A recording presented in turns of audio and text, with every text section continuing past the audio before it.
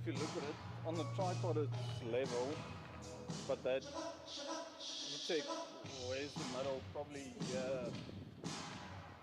So they're picking up that it's running down? Yeah, Pandela is I think it is running down.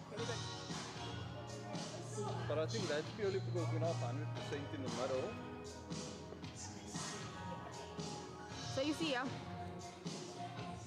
Oh, I didn't think of looking at that. How do you loosen this thing? Yo, this thing is flimsy, eh? Yeah, we adjusted for the Now I'm legs. saying this. Yeah, but that is just for the pipe. Oh, okay, so we're doing it with the legs. Yeah. Woo, wait, this is loose. Yo, they sent you like the worst strap. I just want to get it into the middle. Yeah. But it's not. How am I going to get it into the middle? So this here is for the middle. Yeah, that's just for the... Oh, for up and down. extension. What does this do here? That is broken, but that's actually for the extension to go up and down. Let's go South Africa. It's our World Cup finals. It's his release.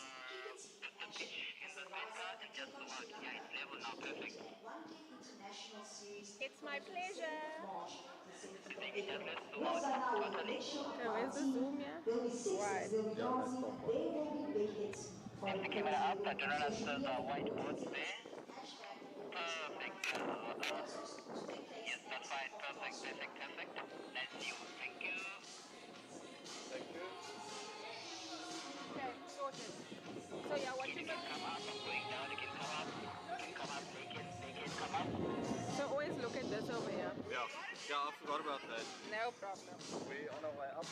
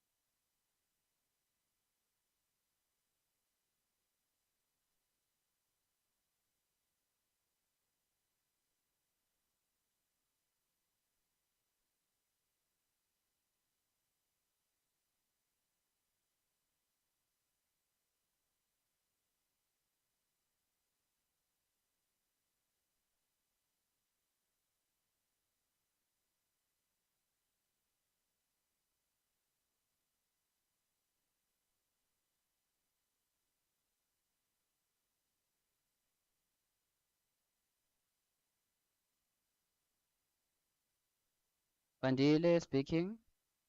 YouTube. Can't do that now. You know?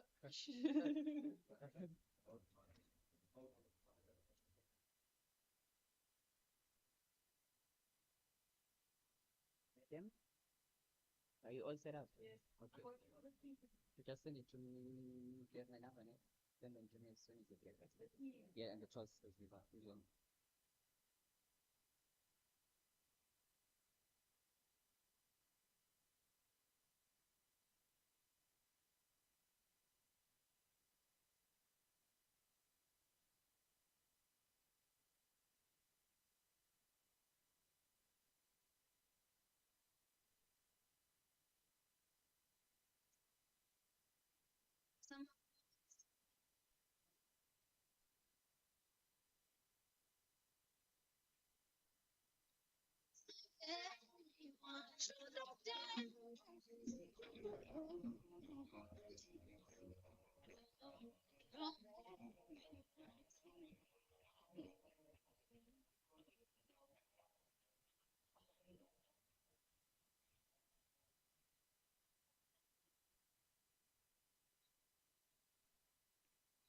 Testing 1 2 1 2.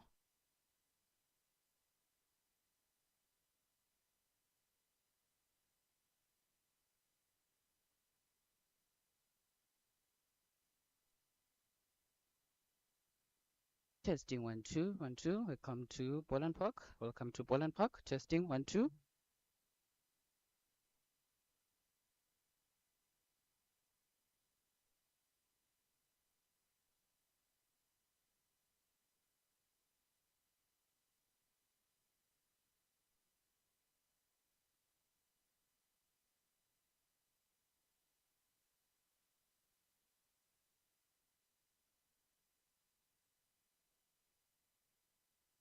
I couldn't get that.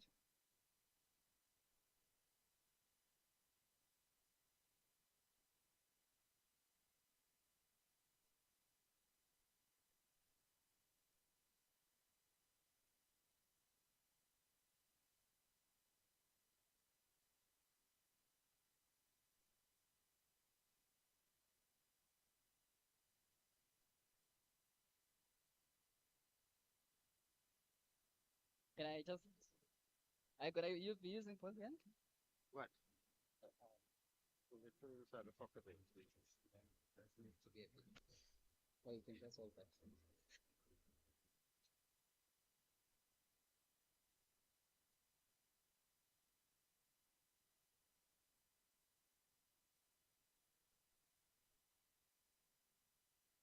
Fine, I'll work it out now.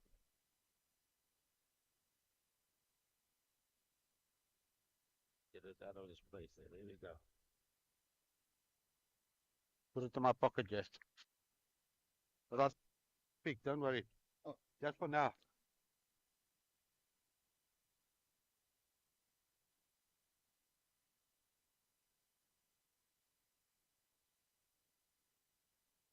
Yeah, it's resting. Oh, Kan het, alright? goed en jij? Goed en Lekker jij, om wat te het? zien. Wel? Goed, goed, ja. Oh, goed. So, je maakt moeilijkheid niet, of wat? Ik heb nooit moeilijkheid gemaakt. Kom maar. Het is een beetje moeilijk geweest. Ja. Sorry, wil jullie dat doen? Alsjeblieft, ja. Anyway. Ground, weather and light. So, hier mag een weerligstraal staan. Hy paal mag omval. Daar kom hy wind wat julle nou die dag gehad het en hy waai hierdie sand.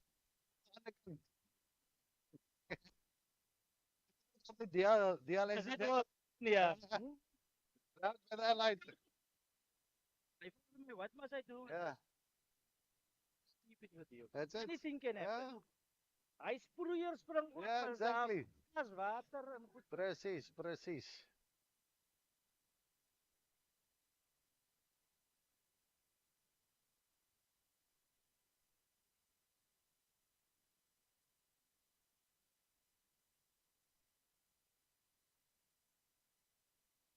Klein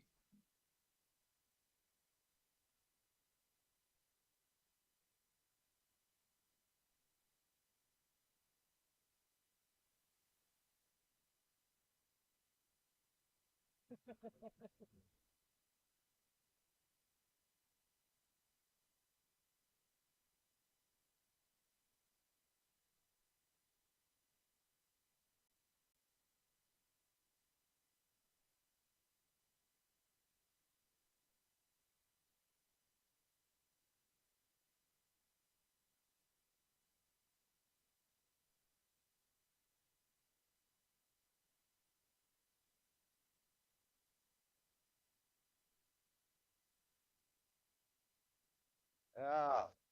What do you do? Probably bet first.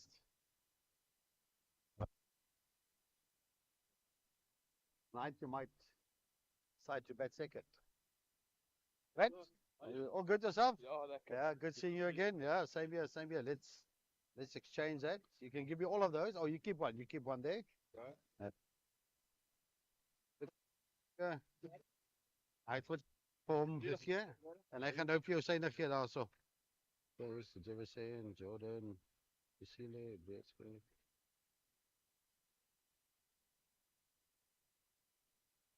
Me, I'm older. Okay. All right.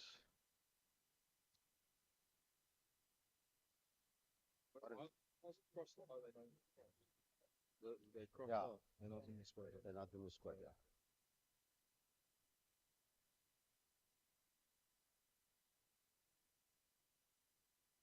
Can we go? Okay, let's just face that way, guys. Home captain, that is heads. That will be tails. Go.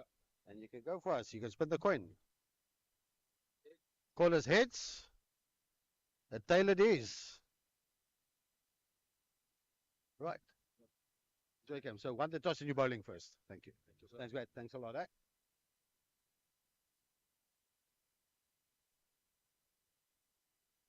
Gonna give it to you now.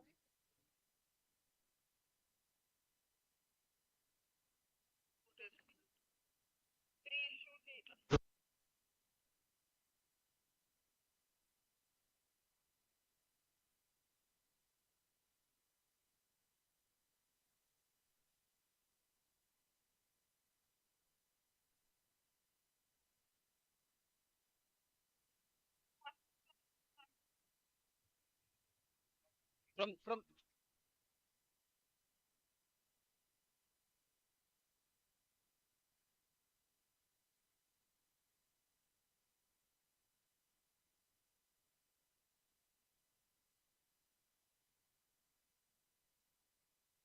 Okay, go back to number 3, please. Number 3.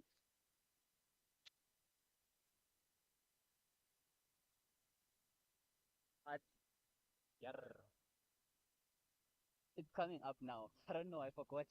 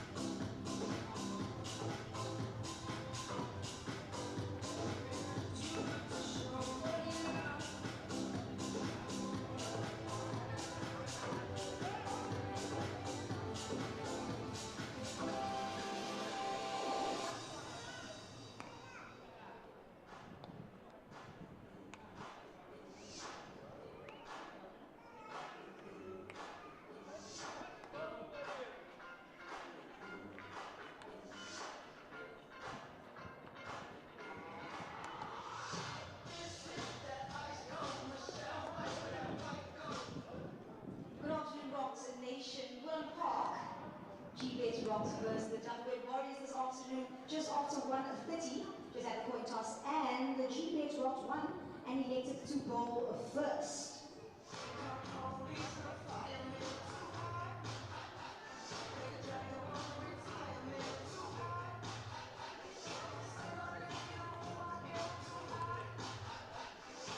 Match to kick off at 2 o'clock. Our on-field umpires are Aludin Palika and Arnold Jacobs. Our third umpire, Warren Weingart, and our match referee today is Gerry Pinar.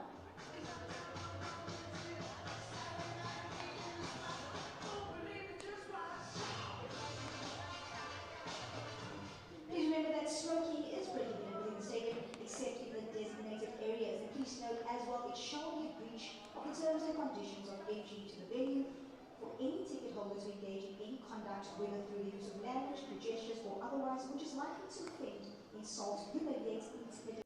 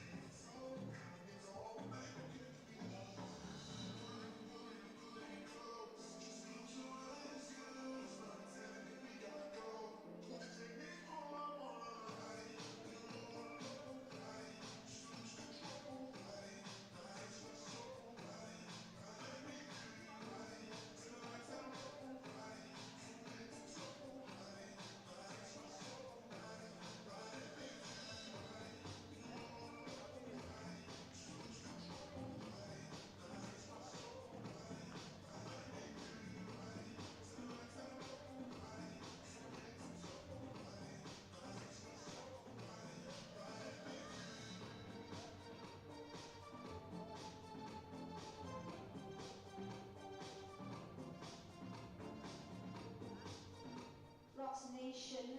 Representing the Dafabet Warriors today, Javeshan Pillay, Jordan Herman, Sintemba Kashile, Matthew Lietska, JP Kidd, Andile Mohokane, Bayat Swanku, Ronaldo Meyer, Sia Semetu, Alfred Matua, and Beer Alda.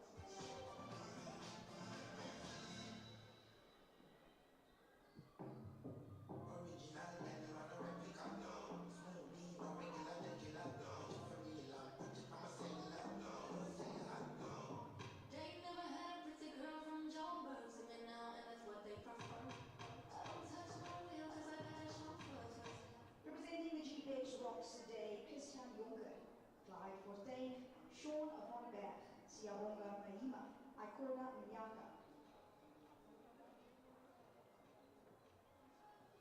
Idiwe Gajima, Clayton Steeman, Michael Copeland, Keegan Peterson, Adrian Dutoy, Inan Manak, and his 100th game today, Farisco Adams.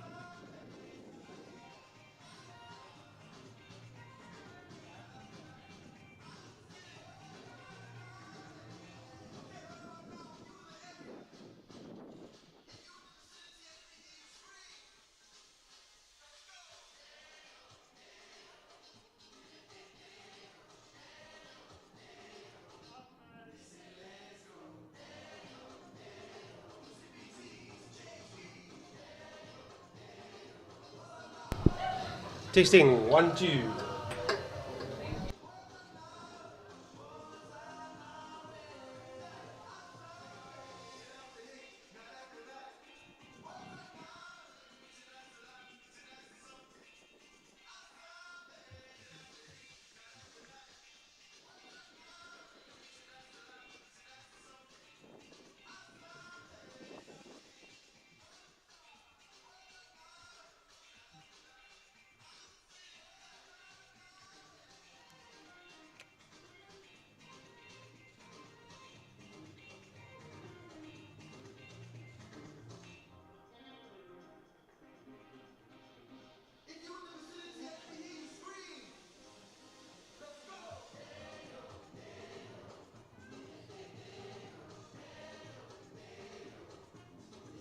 Testing, can you hear me?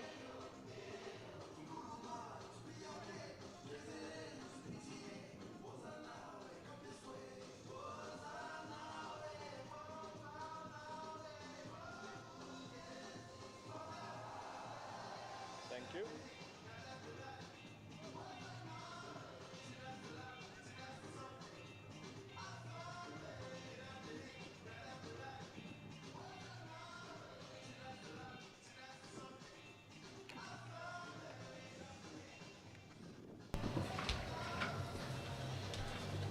It's Super Sunday in the Winelands as the Gbets Rocks returns to Paarl for a CSA T20 challenge meeting with the team at the top of the log. The very impressive and almost blemish-free Dafabet Warriors are in town, having lost one of their 10 fixtures. For the Gbets Rocks, their storyboard has been very different. Second from bottom and with only 2 wins to show for their efforts, they will be presented with an opportunity to have a go at the team that has dominated this competition. It's a busy day with 4 fixtures being hosted across the country. Down the road, Western Province will be taking on the Dolphins. The Lions, who occupy second position, face the Dragons, and the Titans have a meeting scheduled with the Tuskers. Good afternoon to you and welcome to our broadcast, with the weather outlook confirming that we will not be impacted by rain. A maximum temperature of 29 degrees was predicted for today, along with an easterly wind of 11 kilometers per hour. My name is Johan Ferreira, and with me in commentary is Durant Goosen. Durant, nice to have you along as the teams make their way out to the middle. These teams met each other on the 17th of March. It was a match that was dominated by the Warriors. They scored 166 for 6. A revised target because of rain. 150 was what the Gbets Rocks required. They were bowled out for 117 in 16.4 overs. Still lots to play for. They've got the home ground advantage, but they've got a mountain or two to climb against the team that has been quite impressive. Yeah, no, it's been all Warriors thus far in this tournament. Of course, like you mentioned, playing 10 matches, only lost 1 of those matches. And it just seems like the Rocks can't get a grip on things. Of course, with the absence of the Milan brothers yet again today, it's going to be another tough battle for the Rocks to get over the mark here today. A win is needed. They're tied with the Tuskers with 11 points each. Big win is needed here for the Rocks going into Wednesday's match against the Tuskers here at Boland Park. The news from the centre was that the toss went the way of the home team and they decided to take to the field, and they've immediately employed a slip. They've got third man and fine leg inside the circle. If you're new to the game, the power play is the first 6 overs where you're allowed to have 2 players outside the inner circle, but the batting side will want to cash in. But let's see how the pitch plays. We went out to the middle and it's slightly softer than anticipated as we've got this one going. Oh, it's straight up in the air. Immediate chance for the Rocks. Wow, what a start. Wow, that's absolutely unbelievable bowling there from Gaynton Sierman. And it got Belay out for a duck. You can't write this for the Rocks. Brilliant bit of bowling. And that's first blood for the Gbets Rocks. Oh, Javesh and Pillay, he's got 258 runs in this competition behind his name. It's a first bowler, the 25-year-old former Maritzburg College pupil. He has a higher score of 31 in his last 5 knocks, and unfortunately today he walks back for a first bowler. Just what the doctor ordered for the Rocks. The experience of Steerman on target, tried to work it onto the leg side, popped it back into there, and this is the start the Rocks wanted. That's absolutely brilliant, and yeah, like you said, the pitch soft to the touch, and at this moment it does look like it was a good toss to win for the Rocks, electing to bowl first, drawing first blood, massive wicket, and it looks like it's gonna be Herman, Jordan Herman. Yeah, the 22-year-old is in much earlier than anticipated. 221 runs next to his name, former SA under-19 player.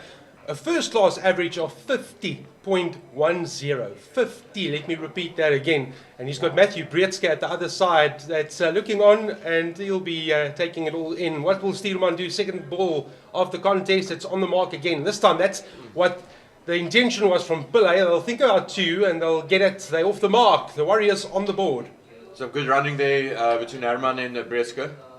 Got it into the gap, and that's the thing with this ground here at Boland Park. If you get it into a gap, you can definitely expect to get 2 runs. Interesting that Steelman to the left-hander is coming around the wicket. Left-hander for left-hander. That's the replacement at the crease. This one is tailored into off-stump. I like this that the Rocks are doing, getting a slip in here from Sean van Berg early on, especially in the T20 match. Going an aggressive route. I like what you've just said. I've been involved in a couple of games at Newlands where the storyline has been the same. They've taken out a slip from pretty much ball 1. We've also seen the variation of spin at the top. And this time around, a much more attacking field from Fortuin. Again, that testing line towards off-stump, but well worked away into the gap. Herman takes over to 3, and this gives Matthew Breetske an opportunity to face first up. He's in a rich vein of form, having scored 72 against the Tuskers. 313 runs next to his name. He's right at the sort of the top end of most runs this season. Ruben Herman leads the list with 371. Ryan Rickleton in a rich vein of form with 326, and Matthew Breetske occupying third spot with 313. Yeah, Breetske, the captain of the Warriors, definitely the danger man for the Gbets Rocks. We've seen against, we've seen on Friday, they're just going to seek a single there, not very good fielding. Steelman has his hands on his hips, and you can understand why. The pressure was built from ball number 1. You don't want to give a freebie to a man that's in form. And it doesn't matter how many runs you have next to you, but if you, that first ball, you want to get the run, you want to feel bat on ball, and you want to get that 0 away from you as soon as possible. And Breetske has done exactly that. So around the wicket to the left-hander, over to the right-hander. Eventful first over, 4 for 1, with the ball to come. Now the slip has disappeared. So they've put Van Berg into the covers. Very interesting strategy here from Glenton Steelman. When he goes for the drive, it was exactly what Steelman wanted. He'll feel that he had off that little battle won, and the plan also worked from the Rocks. But that is the end of the first over. The Warriors, the visiting Warriors, 4 for 1. Very eventful, like you said, this first over. First ball gone. Got Pillay out for a golden duck, and looks like we're going to have spin from the Nederburg end. Imran the Manak coming in, a very good spin bowler. He gets a lot of purchase on a Boland wicket. I just wonder if this soft pitch will help him in any way. Best bowling of 4 for 14 and 8 wickets to his name in this competition. And not a tactic that we're not used to seeing. Seam and spin in tandem. Manak will be a handful. He's a difficult customer. And we'll see what he does. Going to bowl his first delivery at Breetske. Knocked back straight to the bowler. So having lost that first wicket, the 2 fielders outside the inner circle are protecting the leg side. No one on the cover boundary. Short third man, short fine leg. We'll work this towards the long on. Breetske, and he'll get an easy single. Good single there, 2 on the board for him, and he's starting to feel a bit more relaxed. And Manak he's getting the line in the ring he's got it, but I just don't think he's getting a lot of purchase from this end. And normally when it comes to Boland Park, you'll see spin bowling from the old stables end rather than our end, the Nuremberg end. So it's quite interesting the way they've switched things up here today. Also using the Steelman tactic, around the wicket to the left-hander, over the wicket to the right-hander. Manak, oh, he's appealing. Wow. He thought that there was bad first. Yeah, that got the choir going. That was a very good ball nonetheless there from Imran Manak. He almost got Herman's number there. But I do believe there was bat first. Well, no referrals. Well, the bowler's always right, Durant. Yes, that is true. Good tidy over there. Asking the right questions. Manak in his first over. Yeah, only one offered with 2 more deliveries remaining. And this is precisely what the Gbets Rocks wanted to start their bowling innings. Gives himself some room and then beats the cover field, and this will turn into an easy 2. Cut off on the boundary. It's not your. Let's talk about the wicket. We were out there, and it is slightly softer, and it's not a ground that's synonymous with a 200 plus total. You've got to work for your runs. Yes. Yeah, the par about is 150 on Boland Park when it comes to T20 matches. Oh, this could be close. Wow, good running there between Herman and Brieska. And this is uncharacteristically soft, the wicket for today. A lot of grass coverage as well. So it makes sense why Clive Fontaine chose to have a bowl first on this wicket. But I'm just afraid that it's going to deteriorate even more as the innings progress.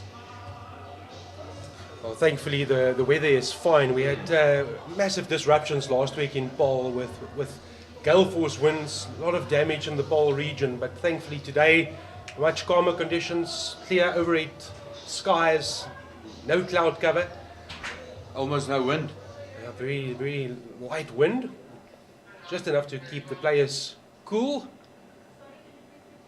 Steelman gets his second over, slightly short, offers half a chance, but not really near getting to that ball, which will give the Warriors another 2 on the board. So they take over to 10 for 1.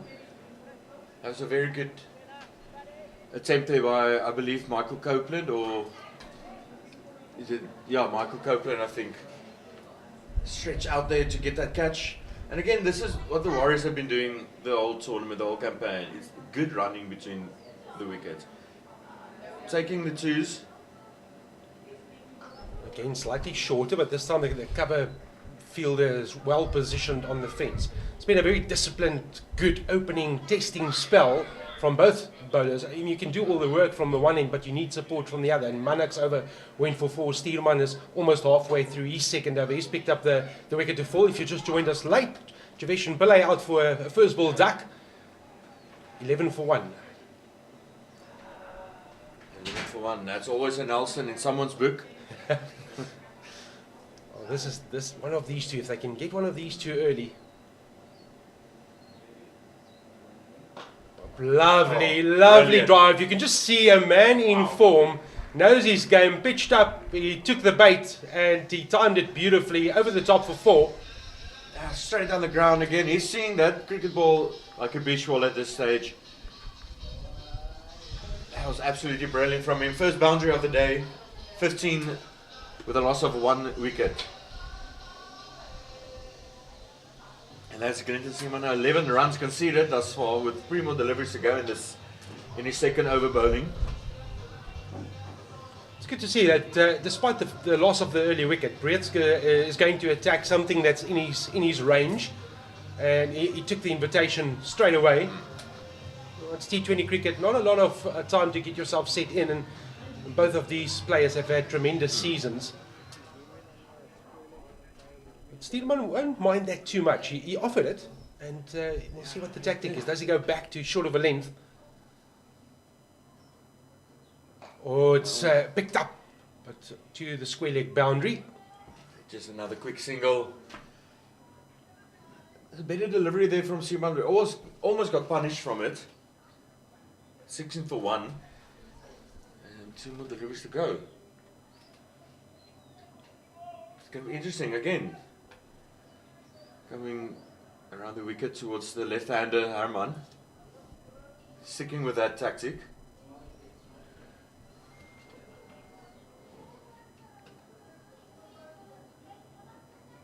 It's Fuller. They go and scamper the quick single. Oh, you feel that if that hit, the reaction from the field tells you that that could have been number 2 down. Straight to the fielder, moved quickly, and unfortunately, from a Rocks perspective, missed the target. They'll just talk about this, the Warriors grouping of Herman and Breetska. That's the second single that was sort of touch and go. Yeah, and that was so close. And yeah, I just think they're rushing the singles here a bit. That wasn't a run to be had, in my opinion. But like you said, it's T20. You don't have a lot of time to get settled in. If you see opportunity to take a run, you'll definitely take it. Oh, that's very high up in the air. Oh, that's and flying. That's the boundary. Oh, that's a massive hit. That's a maximum. The first maximum of the innings comes off the Breetska bat. 23 for 1. 3 overs completed. Steermans 2, costing him 19. Breetska, he went 4-6 in that over. Very, very expensive over from Glenton Steerman. 23 for 1, and yeah, he's got 19 runs conceded so far. It was just lovely to see a man in form, and the full release of the arms over the cover boundary, and it kept on flying with some interest. Yeah, it really got all the distance. I believe what went straight up in the air, and it falls short of the boundary. Minuk then will bowl his second over. It'll be interesting to see what Fortuin does. Does he now pull Steerman out of the attack and give someone else an opportunity and change the tactics? They've taken after him after a very good first over that only cost 4. Second one going for 15. He might have definitely missed out there, Herman. They stumped it a bit. Very good bowling from Minuk. Well, any bat on that, he's got 2 fielders inside the ring. That would have raced away for 4 if he found the gap. And this time he's brilliant. Over the top. It will be 1 bounce 4. Brilliant execution from Herman. Again, another brilliant shot from the Warriors, this time from Herman. 27 on the board now for the Warriors. And that run rate is steadily increasing now to 7.7.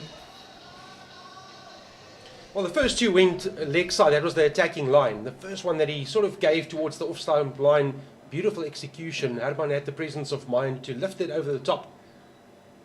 This time it's slightly shorter in length, but and also knocked straight to the fielder.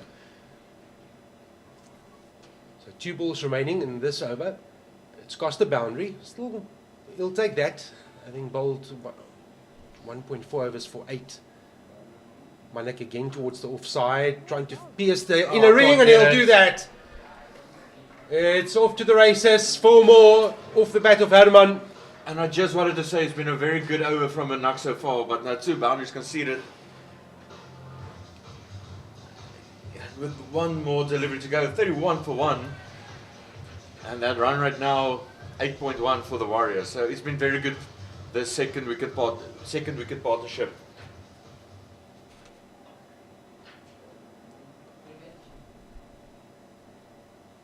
Needs to finish strong. Needs a dot.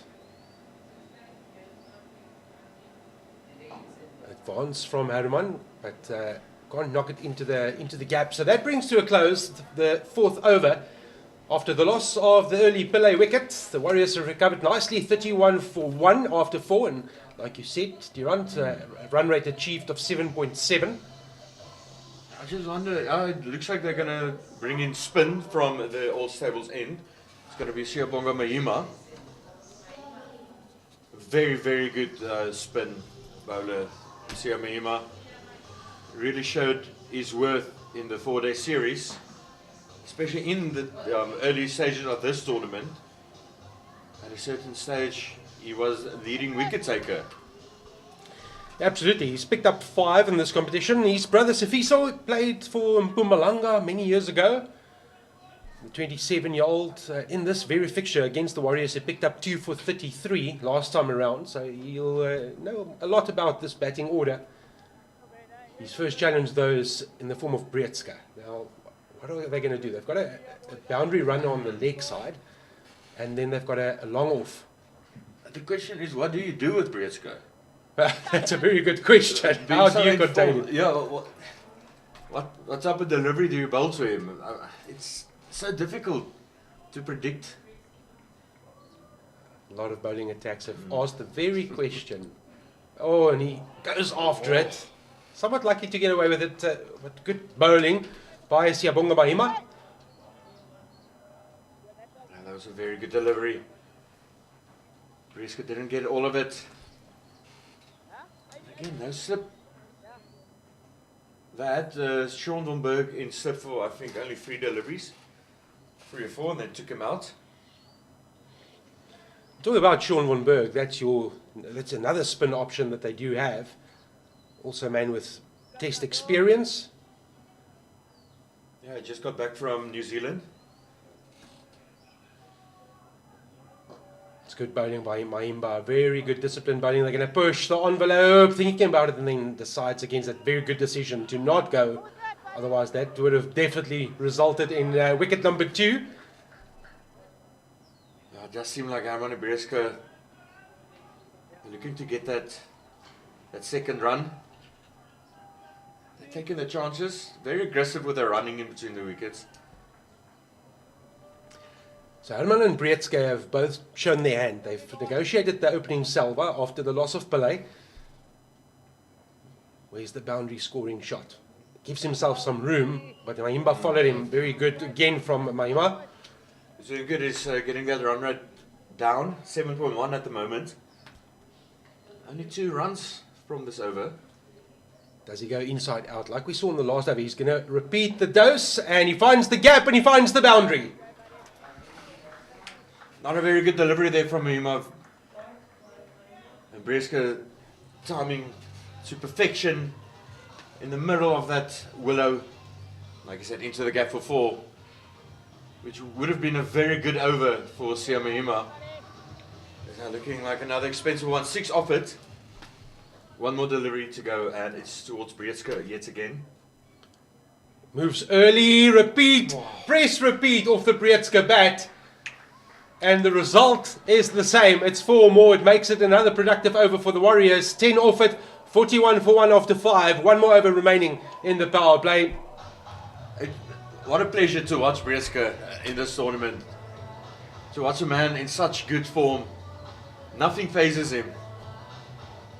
It looks like they're making another bowling change out in Nuremberg, and it looks like it's going to be Fariska Adams, of course, playing in his 100th T20 match today. So a very big milestone for the man from Robertson. 100 T20 matches. That's unbelievable. Made his T20 debut for the Rocks against Western Province in 2012. He's been around the block, 34 years young. I'll never use that word for Isco, don't worry. Just very interesting changing up the bowling lineup of the bowling partnership. I guess that's one of the secret ingredients nowadays, the versatility in T20 competitions. You've got to be able, it's almost, you're choosing all-rounders more, you've got your settled lineup, your batsman or your batsman, but the more of an all-rounder you are, the better you can fit into any given situation. So it's part and parcel of T20 cricket, the variety and the chops and changes that happens frequently. Herman on strike, offered half a chance, not getting all of it. Herman, he's on 19. Breetska on a brisky 22 of only 11 deliveries. That has included 3 4s and 1 6. Breetska just walking down the track, having a word to Herman, and they'll be aware that this is the last over where the power play is enforced, so the mandatory field placements of 2 allowed outside the circle. They can still cash in for the next 4 deliveries. Slightly slower, it's aerial, it's going to bounce once before it gets to the fielder. Almost into no man's land there. Yeah, it just feels like Herman and Breska would like to take advantage of this last 3 balls of the first power play. 42 for 1. To take nothing away from it, it's been very good. 7.6 is the run rate. But losing that first wicket in the first ball, wasn't very good for the Warriors, but Herman and Breska definitely built on that. Recovered quite early. So Fortuin is up to the stumps. He's going to try and put some extra pressure on Breska. He won't be faced by the move. Offside is vacant on the boundary. It's slightly shorter. There's a man, Mahima, in the inner circle, straight to him. Either side of him that could have been a bit more fruitful. Didn't get all of it, Breska. The tactic from the Rocks has been the same throughout. Over to the right-hander and around to the left-hander. It's a tactic that Adams has also employed. So the overs cost 2 and 2 balls remaining in the power play. For Herman, a slightly different field. There's a man on the fence cutting off one behind square in the offside, and then they also have some protection on the deep square leg boundary. Again, only a single. So this is a very good and tidy over by a man celebrating an individual milestone. I was at Newlands when Wayne Parnell celebrated his 300th T20 game recently. Yeah, went 300th. But he's been a feature in South African cricket for years and years. And he's still going. Yeah. And he's still looking very good.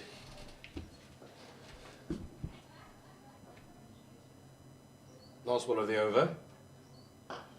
Gave himself some room. Oh, it's a misfield. That's unfortunate. That's just, the Gbets Rocks haven't helped themselves. It's not the first time that this has happened, and the outfield is lush and it's fair. So there's no real need for that to happen. Maybe just a lapse in concentration. It does conclude the first 6 overs, which means the power play has come and gone. And yes, the Warriors lost a wicket of the very first delivery of the innings. They've regrouped nicely through the Herman-Breska combination, and they've made their way to 45 for 1. That after 6 overs. You spoke about the average score here at Boland Park, and 45 for 1 is well placed. They would have taken that, especially after the first delivery. No, it's very good. It's above par. Most definitely. Yeah, like I said, the average, you can look at the par average here at Boland Park being 145, 150 for T20. And it looks like the Warriors are well on the way to that score. Just need to see if Siyabonga Mahima can get the wicket of Breska. 24 on the board for him after facing only 13 deliveries. Fortuin just moves his field slightly. So what's changed from the previous over to the next is an additional 3 boundary runners. They've got 2 on the square leg fence. They've got they've got a long on. And this one is tapped nicely towards backward square, so they pick up 2 easy singles. So they've got long off and long on back as well. So that's been the change in approach from Fortuin and the Gbets Rocks. How does Breska and Herman reply and respond? Boundary still important, but singles and 2s just as important. Not the biggest ground. No, not at all. It is smaller than Newlands by the feel of things. It's one of the smallest first-class grounds, if I can use that name, in South Africa. Just belts this straight back to Mahima. Mahima's got the pace right now. So his first over cost 10. The next 3 deliveries has gone for 2. So now Mahima, what does he do? How does he approach the second half of this over? 47 for 1. Lovely. Very good. That's out of the textbook. In the T20 format, the textbook is out of the window, but it's still nice to see the traditional cricket drive. It's always lovely to see a good cover drive in cricket.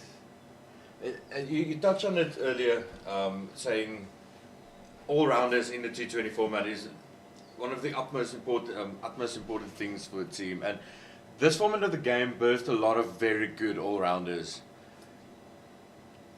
And both teams, oh, it's a good shot. No runs to be had there.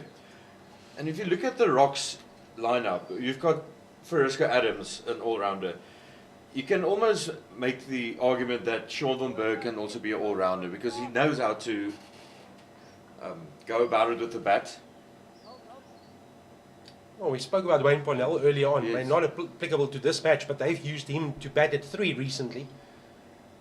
It's the same with Sean van Berg. He came in at number 3 against the Titans on Friday. Well, very good delivery from Siamahima. Top over from Mahima. You go back to 2 deliveries, and the reverse sweep was deployed, and that's the pressure that's been created by Mahima. It's an over that hasn't gone for many, so a change in approach, and Mahima will say I've won that round. Only 3 runs conceded of his second over, having gone for 10 first up. So 48 for 1 after 7 overs. That was a good one for the Gbets Rocks. Breedska 27, Herman is 21. Another bowling change here. Fariska Adams out of the bowling attack from the Nuremberg end. Sean van Berg now. Again, also a very big fixture of South African cricket for almost 2 decades now. Yeah, absolutely. 37 years young and played a lot of his cricket in Pretoria.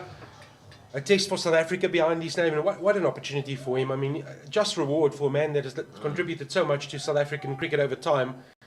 And would love to hear his thoughts, if possible, after the game. Just what it meant for him to walk out in a Protea shirt in the longer format of the game. He goes to Breedska, one of the new generation players in South African cricket. Again, thinking about 2, but a great fielding by the Gbets Rocks, containing that to 1. He'll have an important part to play in the middle part of the innings. He's going, again, using his experience, always at you, always asking questions. Picked up 7 wickets so far this season. It's been very good for the Gbets Rocks in all formats this season. You mentioned 7 wickets at 37 years young. Absolutely phenomenal. Yeah, played a lot of games for the Titans. No one covering the one on the leg side. Half a question asked by bowler and keeper. Wait for the signal. A bat involved, so that's the reason that it was a half a shout and the umpire not being interested. But they've left the leg side vacant for the single, so that's to the left hand. And now Breedska, the same applies on the leg side. No one protecting one.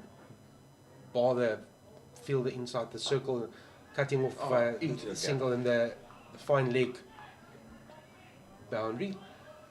Van Berg and Mahima, they've done nicely. It's been a good little over and a half for the Gbets Rocks. They're really restricting the run rate, 6.6 at the moment. It's been a ball so far in this over. Well, you just have a feeling something's going to give from a batting perspective. How long will they wait before they launch? This will be another single. Quick single. They're very fast in between the wickets. Went straight down the ground, but Fariska Adams was there to pick it up. And Van Berg towards Breedska. 2 more deliveries remaining in this over.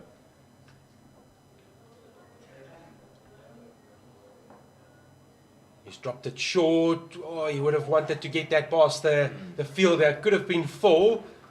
And the discipline in field is starting to look a bit better for the Rocks. Restricting those 2 runs. Needs to finish strong. Just to complement the previous Mahima, where it's quicker from Van Berg. Again, 1 will be a given. This time they do come back for 2. Didn't get all of it there, Fariska Adams. But very good running. 54 on the board for the Warriors after losing only 1 wicket. 8 overs gone. In the 8 overs, 5 fours and 1 6. The majority coming from the Breedska bat. So that's 6 of that over from Sean van Berg. So another move from Fortuin. He introduces Christian Jonker. Now Christian Jonker would be very aware and accustomed to the men that he's playing against. Another man that's 37 years old, product of Rustenburg, also man with international experience, having played for South Africa in one-day and T20 international cricket, and he of course represented this very franchise that he's playing against today. Very interesting bringing Christian Jonker into the bowling attack. It's medium pace. Oh, well fielded on the boundary. Excellent fielding on the boundary. Almost thought he pierced the gap, but he'll get to you. It was short, deserved the treatment from the Warriors. They couldn't convert it into something more fruitful than a 2. But this is the medium pace of Jonker. It is an interesting approach from Fortuin. Yeah, it is quite interesting, and I'm excited to see if this change will bring anything to the Rocks, or give anything for them.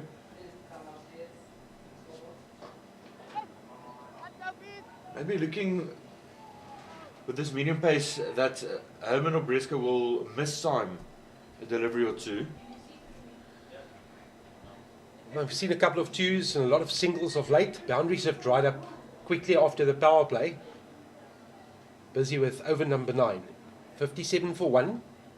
And I do believe this is the first time Christian Jonker is bowling this season. More renowned as a batter. Well, that's down the leg side and will be wided. And that's the first extra of the day for the Gbets Rocks. Very disciplined with the bowling. 58 for 1.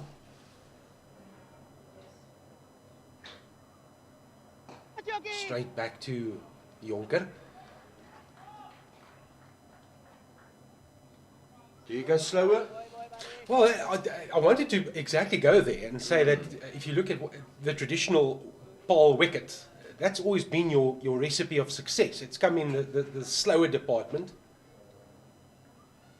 Pace off the ball. And you've got to work as a batter. You've got to do so much more work to get that scoreboard ticking over. Good delivery, good fielding there from, I believe that was Keegan Peterson. Oh, there's a name to talk about. Great to see Keegan Peterson back into the setup as well. Another national player. Yeah, a strong fixture in the test squad for the Proteas.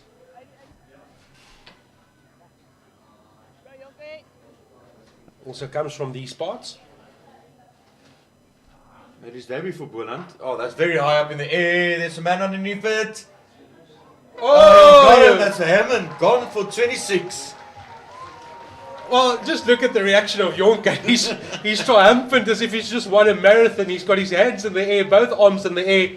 And Fortuin, a stroke of genius. He knew something. What does Driekus always say? They don't know what we know. Oh, that's what Fortuin would have said. So 26 to him, and he goes. Jonker buys the wicket for the Gbets Rocks. Good partnership for the second wicket of 59 has come to an end. And your words weren't even called it when you said the slower ball at Boland Park is the one that always gets you success. And case in point right there. Mistimed it a bit, didn't get all of it.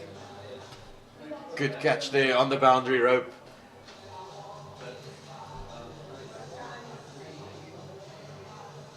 And that's him gone for 26. It's 59 with a loss of 2.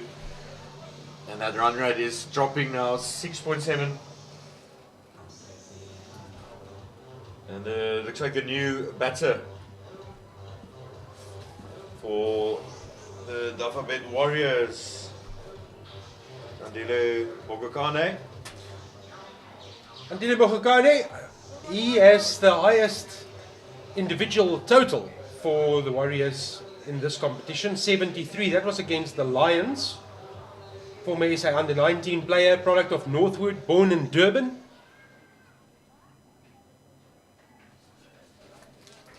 Mogokane at the crease, 59 for 2. Jonker has struck his first wicket of the season. That will explain the celebration. And against his former team, always makes it extra special.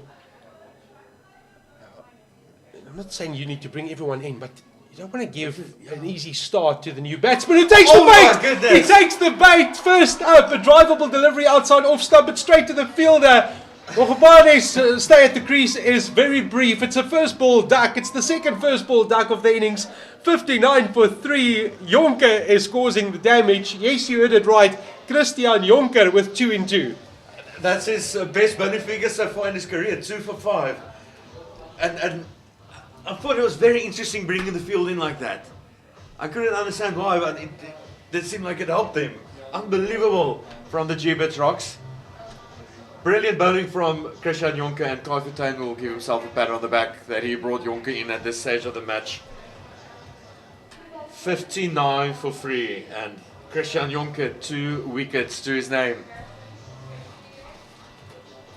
Absolutely brilliant stuff from the Gbets Rocks. Wow, how a game of cricket can change. How a game of T20 cricket can change dramatically inside 6 balls.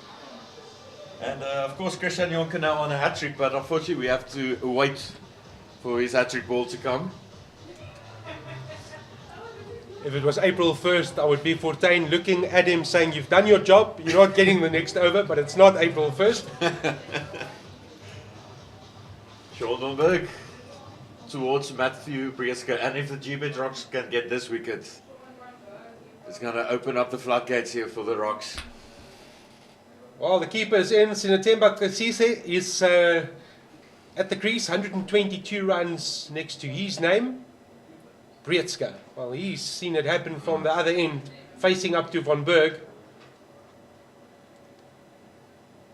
Wow, that's a good delivery. Well, what they don't want now is to lose Brieske. No, not at all. I think the Warriors, they're panicking a bit, excuse me. And you need a strong captain like Brieske now to just... That's a ripper. That's Wow. an absolute ripper from Van Berg. He's getting so much pitches from this end. That turned, and it turned a long way.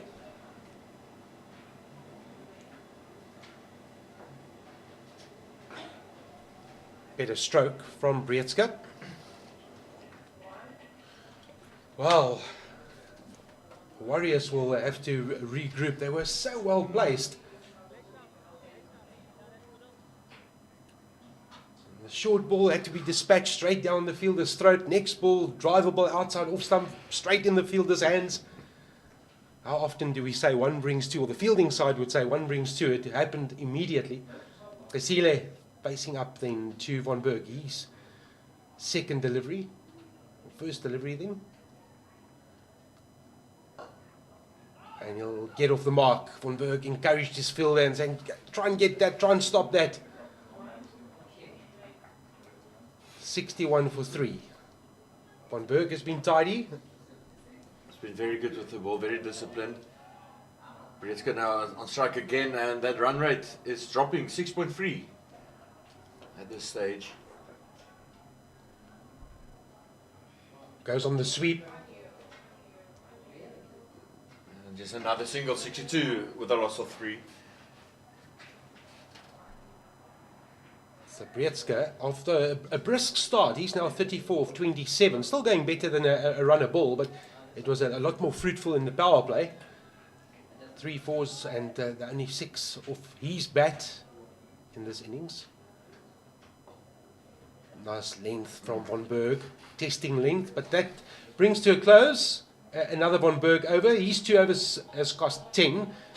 Now, do we talk? Do we start building this up? Christian Jonker is cap off immediately. I don't think Fortuin would have had any say in this in any case. No, I don't think so. He's straight back to his overriding mark. his captain's word here. Absolutely. This is going to be absolutely phenomenal. Commentators curse again, but you know it's going to be phenomenal if Christian Jonker can get a hat-trick.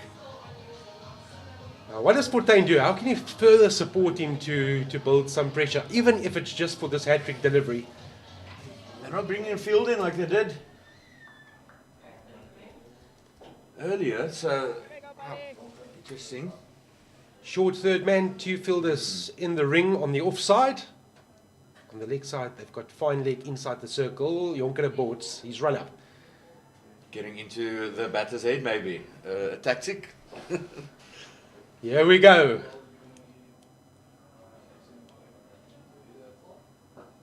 Not the hat trick that Jonker would have wanted. Sile will help himself to 2 though. I do believe if Jonker gets a wicket now, the next ball is going to kick himself. 2 of that. Not something you see very often in any form of cricket for that matter. Hat trick, 3 balls or 3 wickets in a row for our viewers that don't know the terminology.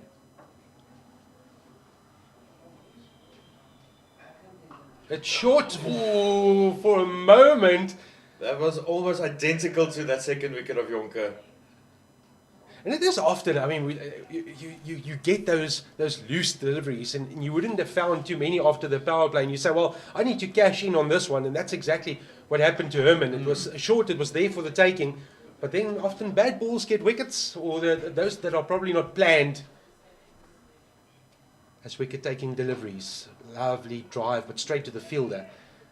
So a freebie to Jonker, and then the next one pitched up.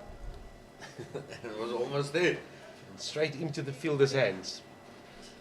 So the change in approach from Fortuin has worked wonders for the Gbets Rocks. Oh, this is up, this is over the top. It's still going, gone.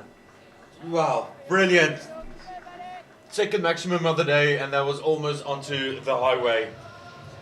72 for 3, and that run rate is going to creep up now.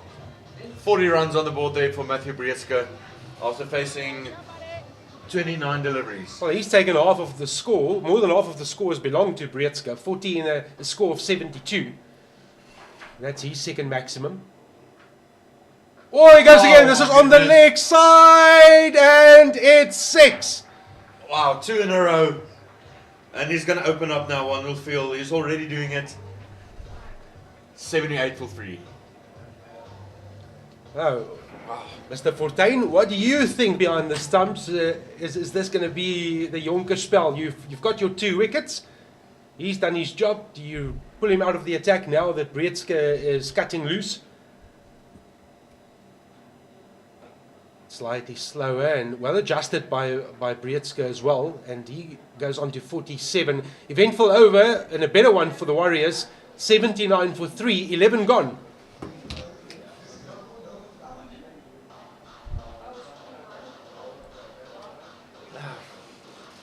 Yeah, that was a bit expensive there from Christian Jonker, but then again, what do you do with a player like Matthew Brieske that's so in form? 47 on the balls for him after facing only 31 deliveries, so it's definitely looking like a half century is on the cards. Schonderberg for his 3rd over. Well, Jonker is the part-time, but you now have to probably put your captain's hat on from a Gbets Rocks perspective and say, right, it's gone for 10.5. My plan in his 2 over spell was a 10.5 over plan, but I got 2 wickets. Now do I change this? Oh, it's too full to play that shot. Far too full to go onto the back foot. Van Berg has his hands on his head, and you can understand why. Brieske, the length wasn't there to rock back. 3 away from an individual milestone. 3 fielders in the circle on the offside. 1 on the leg side, which is a fine leg, a short fine leg. It's tapped into the gap, and Brieske will be grateful to be at the other end, having gone to 48. But there was a real chance there for the Gbets Rocks. Just missed the off stump by not a lot. I do believe another lay of sticker on that stump that would have been out.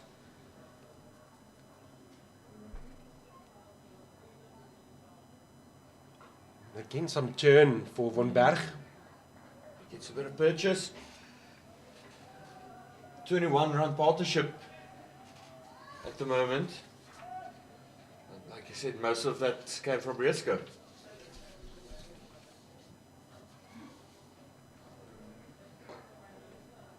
Slicey worked onto the leg side. They'll think about 2 and they'll easily get it. Another good running there from the Warriors. But Kasile will work it around. He'll work it into the gaps. He's also the keeper of the Warriors. Also more than 100 runs this season in this competition. but facing a very well-oiled man. He's been around the block, knows all the tricks. Sean Wonberg. Love the pace variation that we've seen in this over as well. Does he just dart one in there? Try and catch his man on the crease. Or does he give him a flighted delivery outside off stump? Maybe one that turns. Comes down the track. It's another good Wonberg over. He's done his job beautifully. 3 overs for 14. They would have taken that hands down. 83 for 3 after 12. We've gone through the overs pretty quickly. Well, Jonker's out of the attack and Mahima is back in it. Yeah, it's been very fast over rate here. Only 45 minutes gone for 12 overs. And Siamima to bowl from the old stables end. I just wonder if they're going to win. They're going to bring in Glenton Seaman again. Get some pace. But so far it's been spin and that medium pace from Jonker. So Mahima has completed half of his allotted 4 overs, costing 13. Wonberg 3 overs for 14. Does Fortuin bowl him through? Does he complete his spell?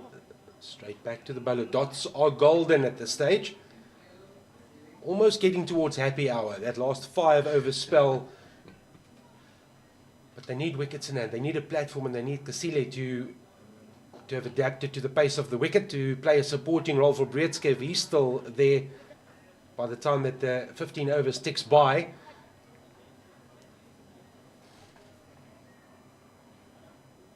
Well, Mahima is right back at him, is settled in. After a first over that cost 10, he's now conceded 14 in his next 8, or rather 4 runs in his next 8 deliveries. Oh, he's bowled him! He has bowled him! Oh my word. And Breedske gone on 48. Lovely flight from Mahima. It is the prize scalp of Breedske, who walks back for 48. It's been a brilliant fight back from the Gbets Rocks.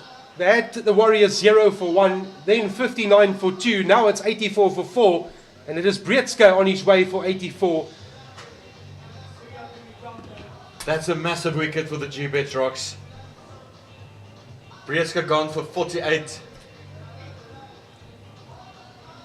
And I almost wanted to say that you don't want to be the bowler that bowls that delivery that gives the batter a milestone of a half century. JP King, the new batter for the Dafabet Warriors. Because his high score 24 not out. And that was on the 17th against the Gbets Rocks in Kavega. Absolutely, and it was also his debut, his T20 debut, came against the opponents that he's facing today. Man from the Northwest Province. Fairly new to this format as well, to the franchise system, JP King, but he's got it all to do. His captain is back in the pavilion. 84 for 4, there's still a lot of overs remaining. The Gbets Rocks are right back in it. JP King, very tall man.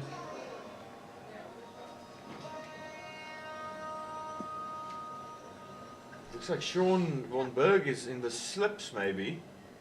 Yep, he is. He's coming into. I like that. I like the attacking approach from the Gbets Rocks. Just have another man in the ear, reminding them of the score and in the match situation. You've got Kasile, who's not at double figures yet.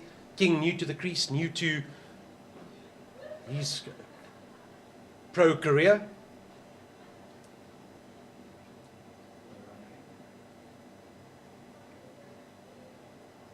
Oh, brilliant delivery from Siamima. Well, no feet movement from King. Just leaves the bat out to dry.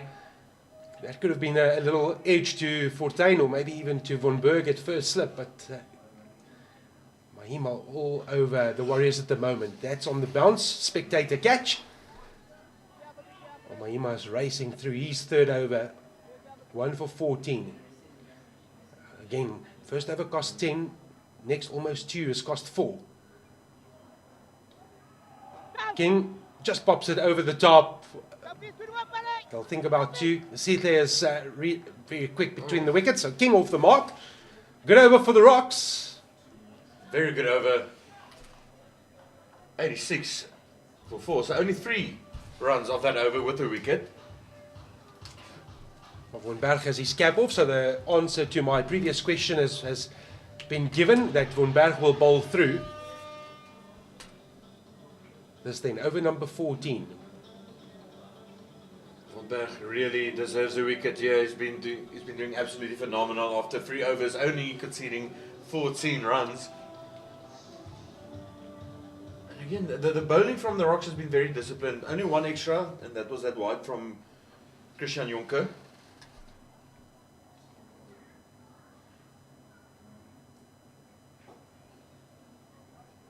Gets out away for a quick single. They're coming back for 2.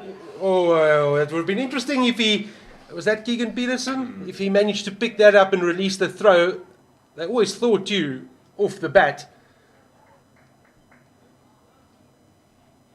I do believe 140, 145. They're still on par with the average here at Boland Park. 88 for 4.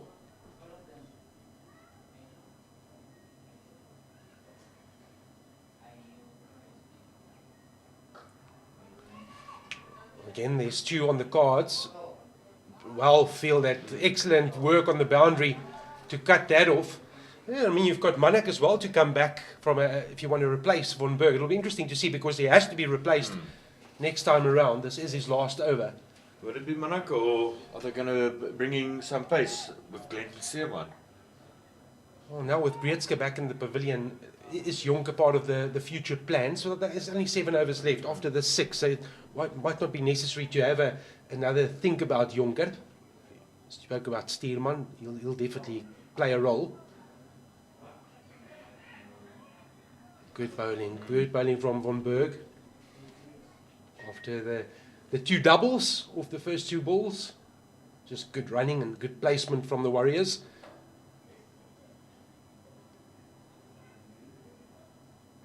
Oh, well done, well bowled. Good flight outside the off stump. Just that testing line and length from Van Berg.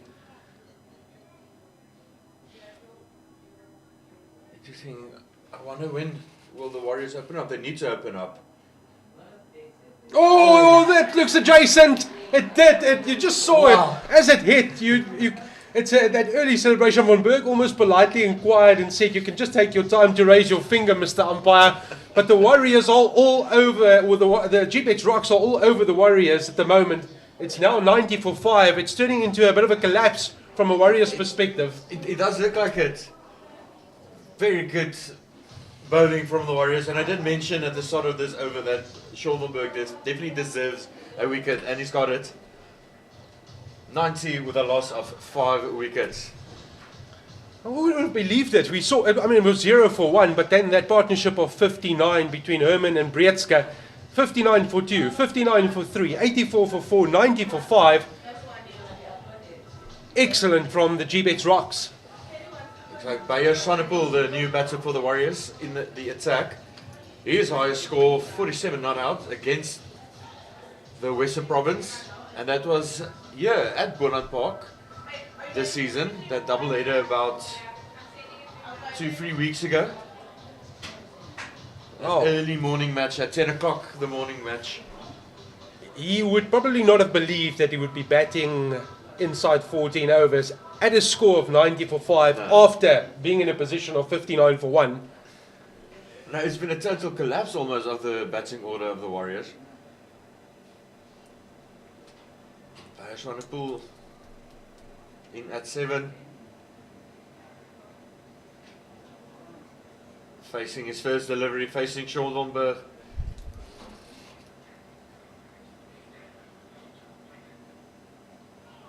And just gets out of the way.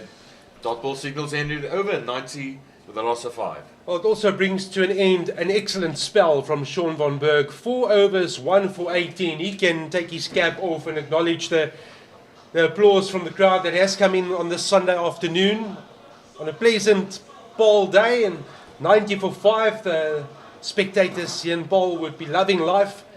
The team has been under the pump this season. They haven't had lots to cheer about. Only 2 victories from their 10 matches, but this is a great platform to give the home fans something to cheer about. 90 for 5, a lot of cricket still remaining.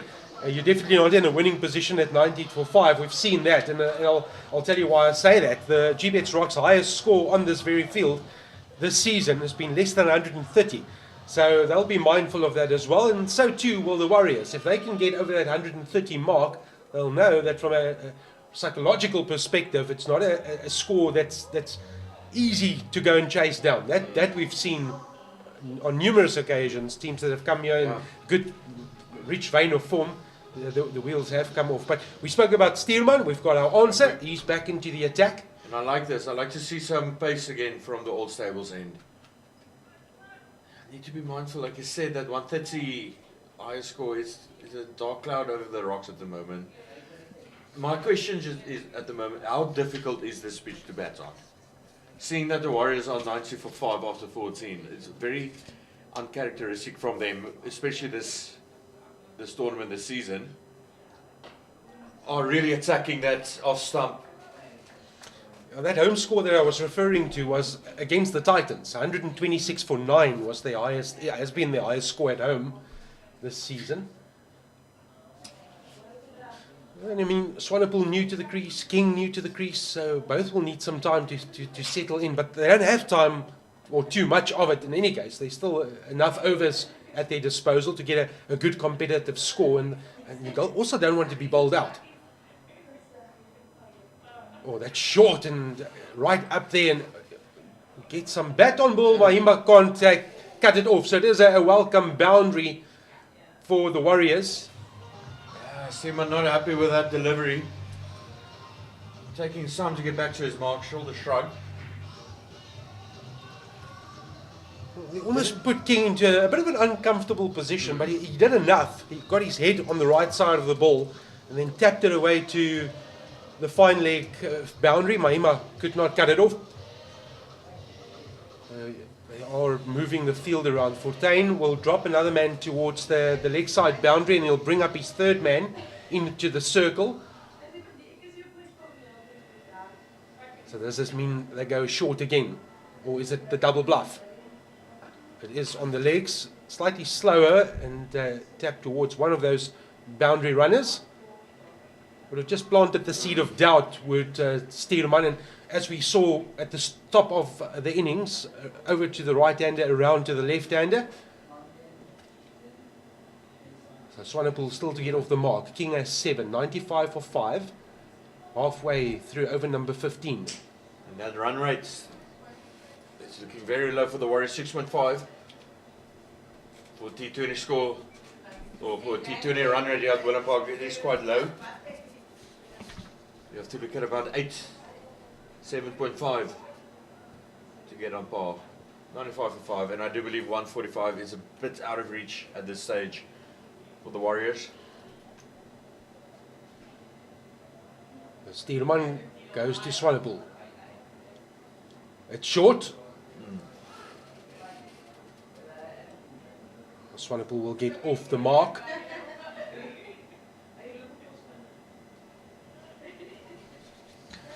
Steelman after 2.4 overs, 25 runs conceded, 1 wicket. Of course, that first delivery of the match towards Pelé gave the Gbets Rock some hope in that second wicket partnership. King chooses the aerial route with the man in the circle, a couple of bounces, and will beat the field. So King took the bait, and the execution was good enough for the 100 to come up onto the scoreboard for the Warriors. Dafabet Warriors 100 for 5, and the 100 coming in the 15th over. That's a very good shot there from JP King, straight down the ground for the boundary. Said first season in the professional game. Got a lot of promises, youngster. 11 off 7 so far, and it's 100 for 5 for the Dafabet Warriors.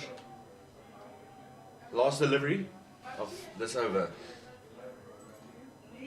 Well, they had the mid-off stay back for just a couple of seconds, and then they decided to bring him back into the circle. King will work this on the leg side, and they'll convert 1 to 2. Well, excellent running from the Warriors. So important, having just scored the boundary, just to keep that scoreboard ticking over. So 102 for 5, with 5 overs still remaining. Still one slightly expensive, 3 overs, 1 for 31. Yeah, 12 off that over. Again, very expensive. And Imran Manak coming back into the bowling attack from the Nederburg end. I just wonder, will spin help here? JP King now all of a sudden looking like the wicket that the Gbets Rocks would like to get.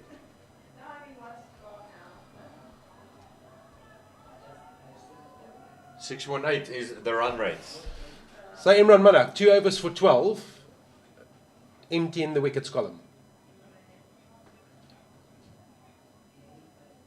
What score will the Warriors be chasing from this point on? Where will they say our cards are on the table and we've got a good opportunity to defend that? That's pushed out wide from Manak, and too much so that the umpire has extended arms. So both camps, what will the Gbets Rocks be happy to chase, and what will the Warriors be happy to defend from this position on? I think from a Rocks perspective, 125 will be a chaseable target on this pitch. The Warriors will be looking at 135, 140. Good bowling from Manak, only a single. Did get it away. But at this stage, JP King, he's the man for the Warriors now to get them over that 130 mark, which I do believe will be defendable.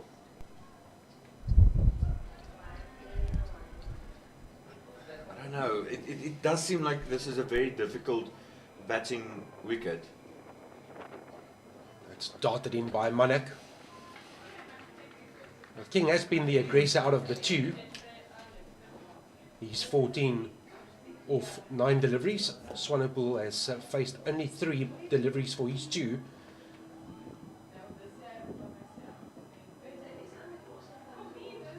Leg side is heavily protected on the boundary for Swanepoel. He gets a short one, cuts it straight, but there is a man there. Well, they'll take the singles, and I hear what you're saying with 5 overs to go. You still have a good platform from a numerical perspective. I mean, I spoke about the sub 130 score that the Gbets Rocks has put together on this very ground as their highest score. So 5 to the over from, let's call it, well, you won't be happy with 5 to the over in the last 4 overs. You'll definitely be looking at 8s and 9s. So if you can on a difficult pitch, as you've alluded to, let's go with 7 to the over, 7 or 8 to the over in the last 4. That's another 30 odd runs. That's getting you towards 140. Warriors will, I'm sure, 140 from here. They'll say we'll take that, and then have our go with ball in hand. Wickets in hand will also play a part in adjusting that potential score and what they will be happy and what will be settling for. For now, just building a bit of a partnership, getting both settled, and then launching, giving themselves an opportunity and a platform to launch from in the last couple of overs. Manak offered it up towards, or just outside the off stump, and King had a little bit of a think, but can't pierce the field. It's straight back to Manak, who completes his over. 108 for 5, and it is that time now. It's 4 overs to go, so 24 legal deliveries at your disposal. A runner ball is a must, so 24 onto the 108 gives you 132. So from here, a couple of boundaries, 140, 145. Yeah, I just got the feeling that 145 is on the cards again, like you said. If you look at wickets in hand with 4 overs remaining, I do believe that the Warriors will look to open up a bit. Boundaries is going to be the name of the game at this stage, to get that 140, 145 target, which would be quite easily defendable on this ground. Well, the public announcer is playing Eye of the Tiger. For Siamima, his last over of this match. 1 for 16. It's been a great fight back from Mahima. His first over cost 10, his next two cost 6, and he picked up a wicket. He's running away to Swanepoel, who has an almighty swing but misses. Protection is exactly there. They've got 2 men out, well, 3 men out onto the leg side boundary. Long on. Will come into play now, but he'll be hard pressed to cut this off, but they'll do exactly that. Good fielding. You spoke about the Gbets Rocks, and they've certainly lifted the intensity after a bit of a sluggish start, bar the first ball. It was a caught and bowled, a successful caught and bowled, but they had a couple of blemishes on the field, which they won't be proud about. But from there, last 10 or so overs has been pretty good and decent from a fielding perspective. Sees it again, takes it on, straight to the fielder. The plan has worked beautifully. Mahima set it up. You saw what the plan was. Oh, that's brilliant from Mahima. Good catch on the boundary. That was a rocket of a shot. That Swanepoel gone for 6. It's 110 for 6. It just looks like the Gbets Rocks now. Advantage for them on the front foot. Swanepoel gone for 6. That's another great wicket for the Gbets Rocks. Well, Siyabonga Mahima picked up 2 when they faced the Warriors earlier this season. He's picked up 2 again. His figures are looking better. His analysis, the last time they met was 2 for 33.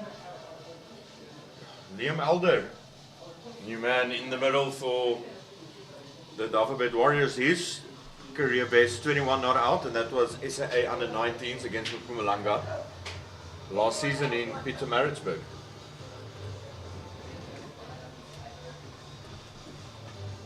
Liam Alder, what role will he play? Mahima is celebrating and walking back to his mark now, having picked up his second, but the plan was set up. You saw what they wanted to do. They executed beautifully, straight down the throat of the fielder on the fence. And it's another valuable strike. And again, I go back to the platform that was there for the Warriors, 59 for 1, now 110 for 6. This is very, very interesting.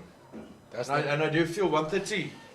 Oh, that's what I was going to. I was going to say now. Where's your cards? Where are you saying we'll be happy with the total? Every time a wicket falls, that total in the change room will be adjusted, and will be adjusted downwards. 110 for 6. Mahima halfway through his final over. Goes away to Adler. Can't get this away. Good delivery from Mahima. And what do you do now as one of the batters, King or Elder? 4 wickets remaining, 3.2 overs to go. 9, 10 and Jack to come. And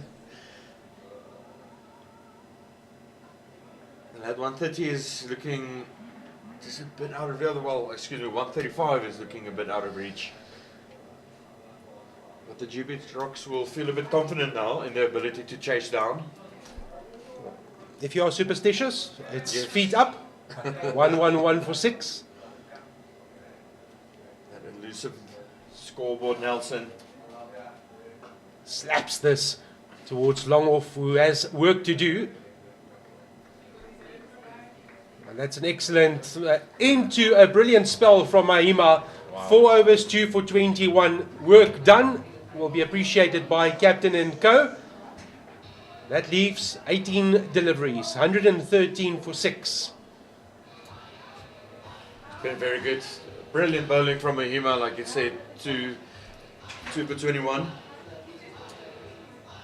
And Manak now to bowl his last over as well of the game. After there's 2 overs remaining, so we've still got Steerman for his last over. And Adams and Jonker also in the conversation to bowl that last over. Yeah, I would go Adams. I would definitely give Adams the ball. You can. Forte might even bring in a Viwe Mjima.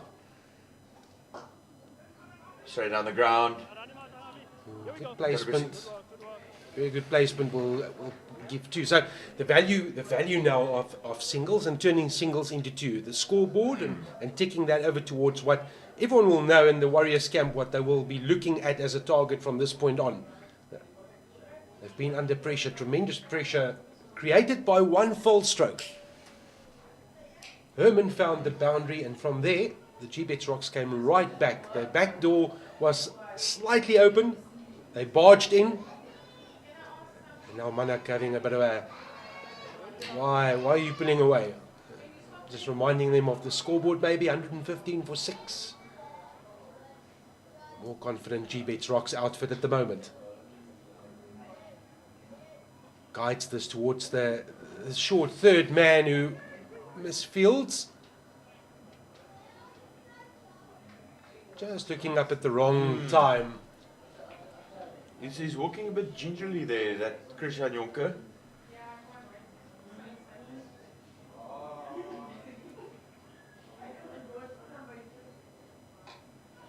Straight to the field and they'll get a single. So the field, well, they're not pushed back towards the limitations of the circle. It's the starting point. So maybe Fortuin will just have a word and say, guys, let's not give easy singles or free singles away. It's going to be a low-scoring game. It's going to be difficult to chase whatever the Warriors put out there.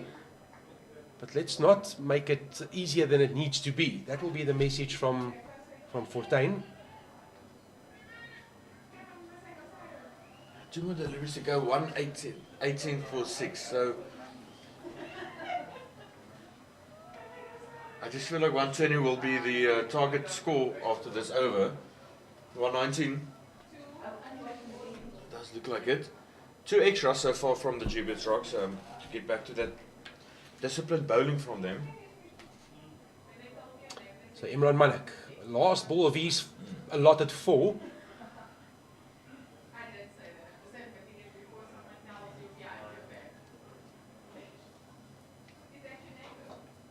Oh, could be trouble if it hits. Oh. That was very close. If that, I do believe that would have been out if that was a direct hit. He was almost halfway down the wicket there.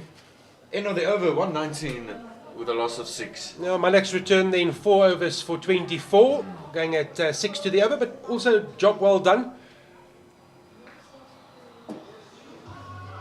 119 for 6, 2 overs to go. Needs to make the change now. And looks like the man playing his 100th T20 match today, Friska Adams, from the All Stables end. And it seems like Sia Mahima is just having a word with him.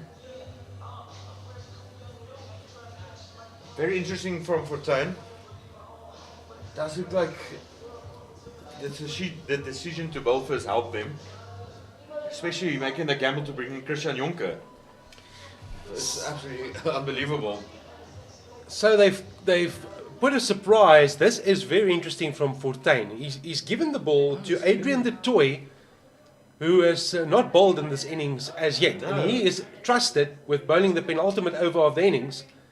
Yeah, excuse me, I did believe that was Friska Adams. Wow. The opening batter of the Gbets Rocks now.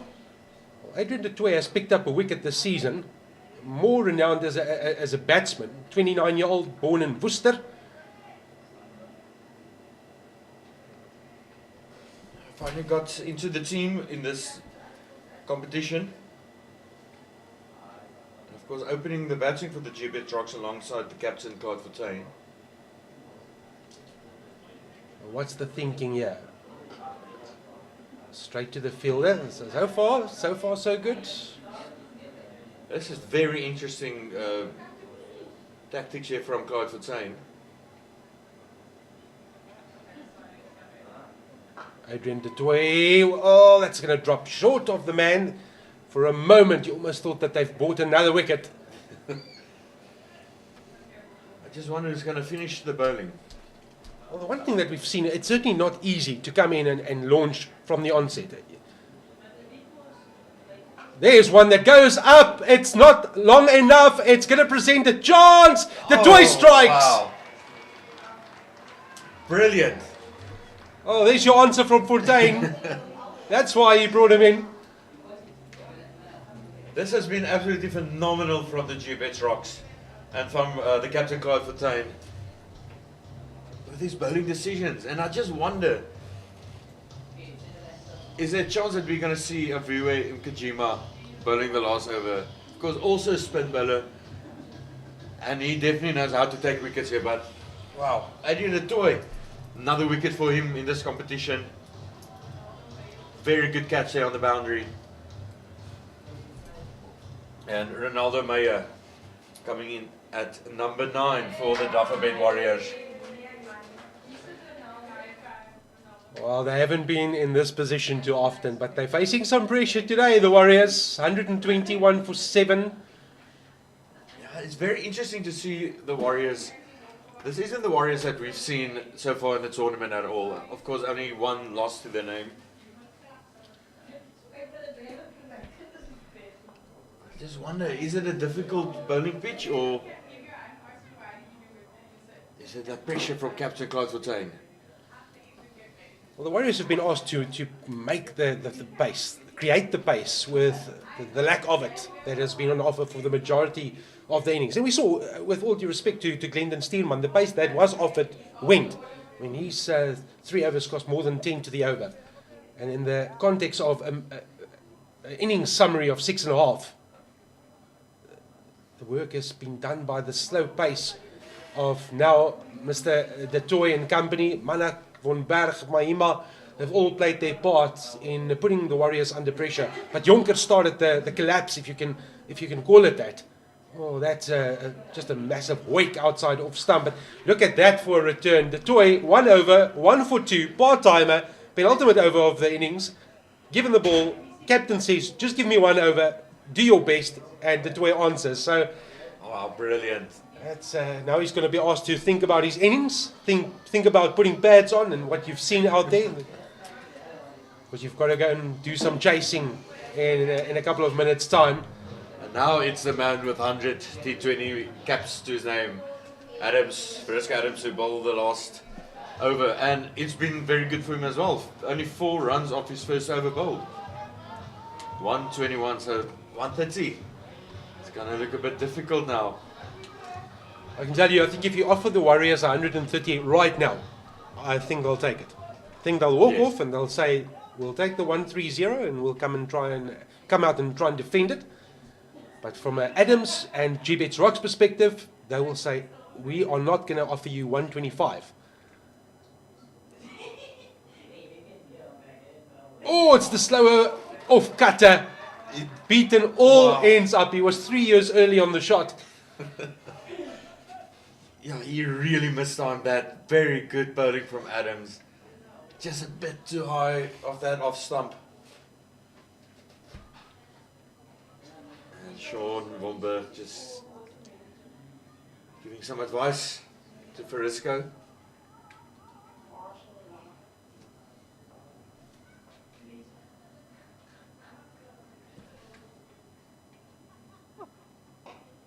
Wicks it across the line, drags it from outside off. They'll think about 2, they'll only get 1. This time much better boundary fielding. 122 for 7. It takes me back to my earlier point. It's just amazing how the Gbets Rocks have pulled themselves back into this contest. Their best home score, 126 for 9. At the moment, they will be chasing 123. It's 122 plus 1. So 123. I just feel they're going to have to produce their highest home score to get over the line in any case. With 4 balls remaining, can Adams maybe have a different outcome for them? So was Meyer yet to get off the mark? Waltzes down the pitch. Again runs the first one hard. They'll come back. Turn that one into a 2. Good running by the Warriors. Very good running between Alder and Meyer. 124 on the board now for the Warriors. 3 more deliveries to go.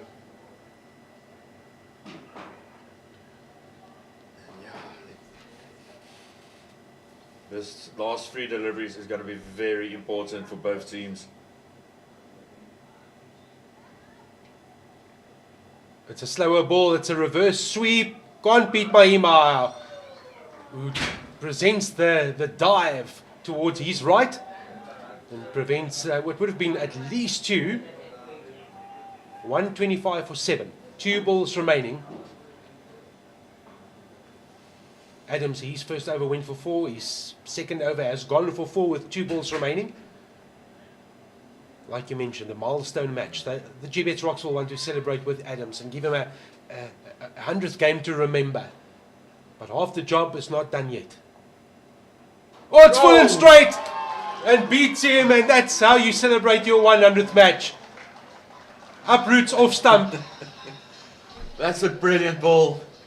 Again, went a bit slow. They mistimed it, like you said earlier, by 3 years almost. 125 for 8. And 1 away to celebrate your 100th T20 match with a wicket. 1 more delivery to go. Brilliant bowling from Fariska Adams. 1.5 overs bowled. 8 for 1.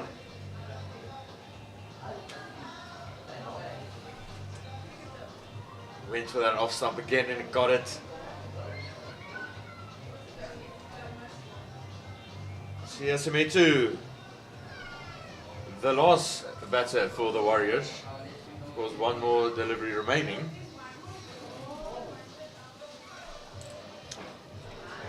It's been very good, and yeah, I do believe it was Jonker's 2 wickets that opened the floodgate. Absolutely. The tide turned when Jonker delivered the double strike in his over, his first over. Now Adams to put the cherry on the cake for the Gbets Rocks. Again taking pace off. They're going to go for 2. Keeper's end will be where you need to go. Oh, must my be. goodness. Oh, they've messed it up. They've messed it up. Needed a more accurate throw. But it does finish the Warriors' innings, and it means that the Gbets Rocks will be in pursuit of 128 when it's their turn to bat. The Warriors sign off for 127 for 8. Thanks mainly to Matthew Breetska, who top scored with 48, the man in a rich vein of form. But the match summary as we change ends. 127 for 8. The Warriors were sent in to bat. They lost Pillay of the very first ball of the innings. It was 0 for 1. Then a Herman Breetska partnership of 59 for the second wicket. That's when Christian Jonker was introduced. He delivered a double strike, getting rid of Herman, and then Mogokane for a first ball duck. 59 for 3 became 84 for 4 as Mahima Bonberg, and then later on the Toy and Adams really joined the party and just tightened the grip on the Warriors. 59 for 3, 84 for 4, 90 for 5, 110 for 6, 121 for 7, 125 for 8, and finally finishing on 127 for 8. Given the match situation and where the Warriors found themselves at 59 for 1, I'm sure at the halfway mark, the Gbets Rocks will probably be a bit happier with life than the visiting team. But the Warriors are a class outfit.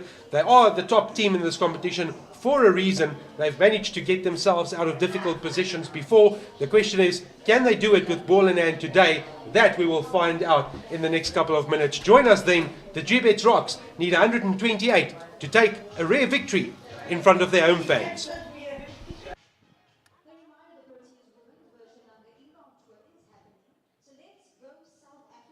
Experience our World Cup finalists, the Proteas women's cricket team in action as they rise up and take on Sri Lanka in the T20 and one-day international series on the 27th of March to the 17th of April.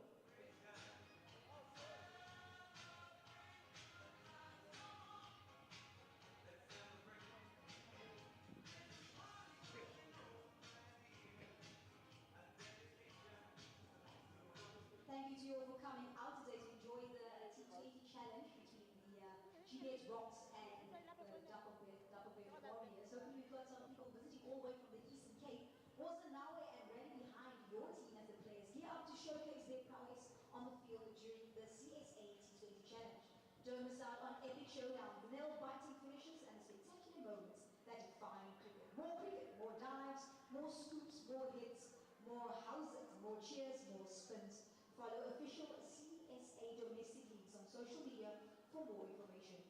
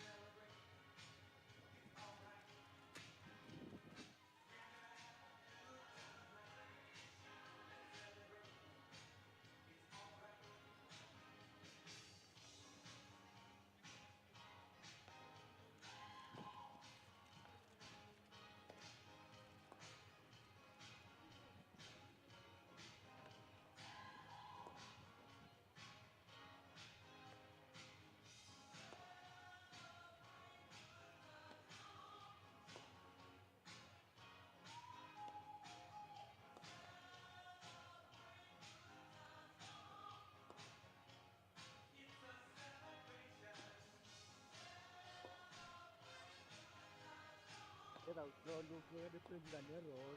Ito sumay.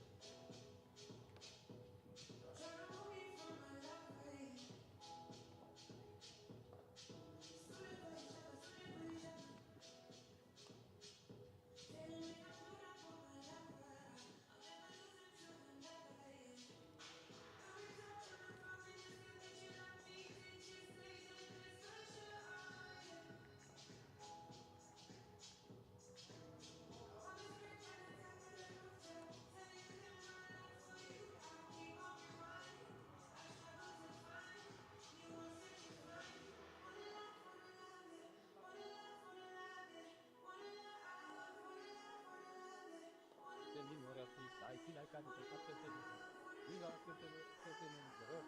No, doctor.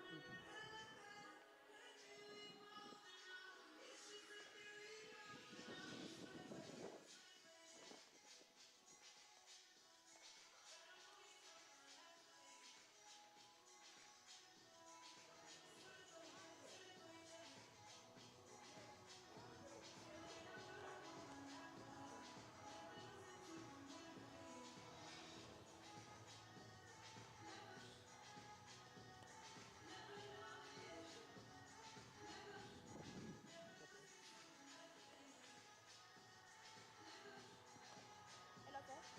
Can I take the phone? Yeah, it's your phone. Yes. Everything.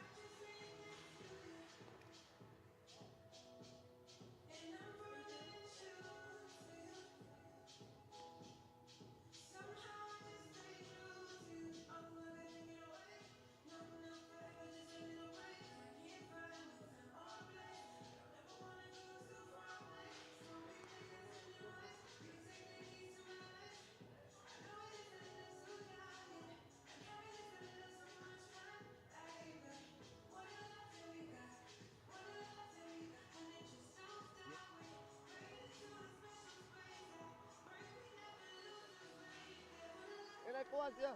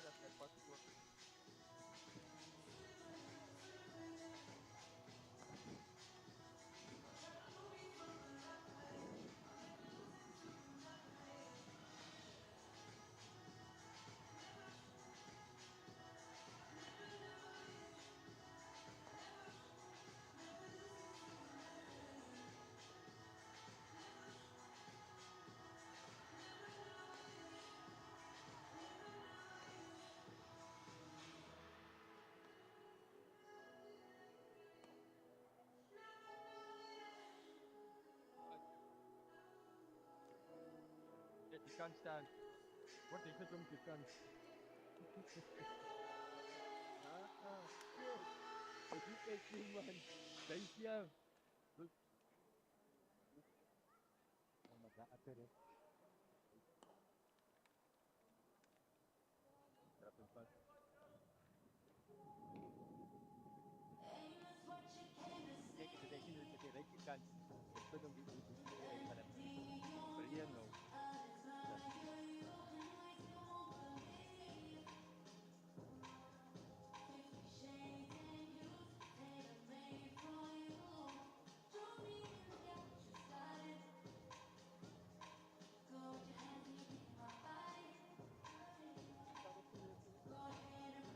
Hold that side that to be so up the road.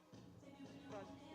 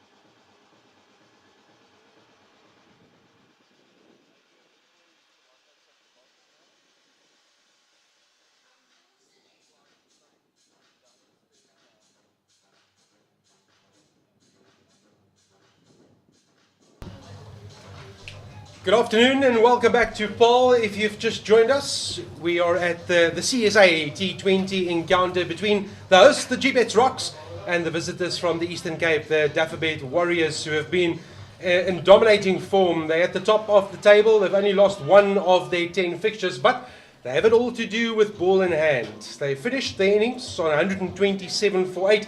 A power play that produced 45 for 1, but they failed to make the most of that platform, thanks mainly to the clever captaincy of Clyde Fortuin. He introduced and rotated his bowlers perfectly throughout the course of the first half of this match, brought in Christian Jonker, and he produced the first hurdles and the first hiccups in that Warriors innings. After the immediate loss of Pillay, he went for a first ball duck. Herman was on his way with the score on 59. Jonker struck immediately after that, and suddenly 59 for 3 became 84 for 4, 90 for 5, 110 for 6, 121 for 7 and 125 for 8. The Warriors then finishing on 127 for 8. The mainstay of the innings was Matthew Breetska in prolific form. He finished with 48. But Jonker started what we can call a bit of a mini collapse with 2 wickets. Mahima tightened the screws with 2 wickets. Bonberg picked up 1. The Toy, the opening batsman, picked up 1 in the only over that he bowled. And Verisco Adams picking up the final wicket to fall in the innings in his 100th T20 match. Now the question is, can the Gbets Rocks produce something positive? Having only picked up 2 victories this season, they are second from bottom. They're chasing 128. First ball will produce an immediate run. It's a tap and run for Fortuin and the Toy opening the batting for the Gbets Rocks. With me in commentary, Durant Quisson. Durant, your take on the first half of this match? Yeah, it's been very interesting, and again, such smart captaincy there from Clyde Fortuin. And yeah, like I also said earlier, very uncharacteristic from the Dafabet Warriors. It seemed like they struggled with the bat at hand, and Christian Jonker opening up the floodgates to get the wickets here. 127 is a score to beat, and it does. Oh, he's bowled him! Well, we saw that in the first innings. The Gbets Rocks struck in the first ball of the match. The Warriors are first tails up. They've only taken 2 balls to get their first scalp. And it is the man that took the second last wicket that's on his way. The Toy walks whack also for a first ball duck. It's the 3rd first ball duck that we've seen in this match today. Early blow for the Gbets Rocks. Yeah, okay, now the whole game has changed now. What a great delivery there. Nothing but the middle stump out of the ground. 3rd golden duck of the match. That's absolutely unbelievable. And it looks like it's going to be Sean von Berg to come in at number 3. Very interesting that he's so high up on the batting order. Of course, he also came in at number 3 on Friday against the Titans at Centurion. So what can we say? It's very on par with the Warriors at the moment. Well, the man opening the bowling is Bayer Swanepoel. He is the leading wicket taker in this competition. He has picked up 17, make that 18 in the competition. He's been prolific with ball in hand, and he's delivered immediately. Chasing a small target, the Gbets Rocks under pressure. Sean von Berg at number 3. He goes after one that's full outside the off stump and only gets the toe end of the bat, and it goes towards the 3rd man fence where there is protection. 2 men allowed out of the circle in the first 6 overs, which is also called the power play. Wow, it's set up beautifully this afternoon. We always knew, even with a 127 score, that's not a given, especially on this pitch. The slower bowlers have made the impact. They've taken charge of this match, but it is seam up that presents the opportunity for the Warriors. On the drive goes Fortuin, can't beat the inner field. Wow, very, very interesting matchup we've got here on our hands. 126 is needed to win, and like we said, the highest score that Gbets Rocks got on this ground in this tournament this season was 126, and that was against the Titans. And he's really attacking those stumps. Well, it's a slight misfield, and they say never run on a misfield, which the Gbets Rocks won't do. Fortuin and Von Berg at the crease, 3 for 1. It's very interesting why Schuldenberg is in at number 3 for the second time in a row. And I'm trying to wonder what the strategy is from the Gbets Rocks point of view. Just gets that away for another single.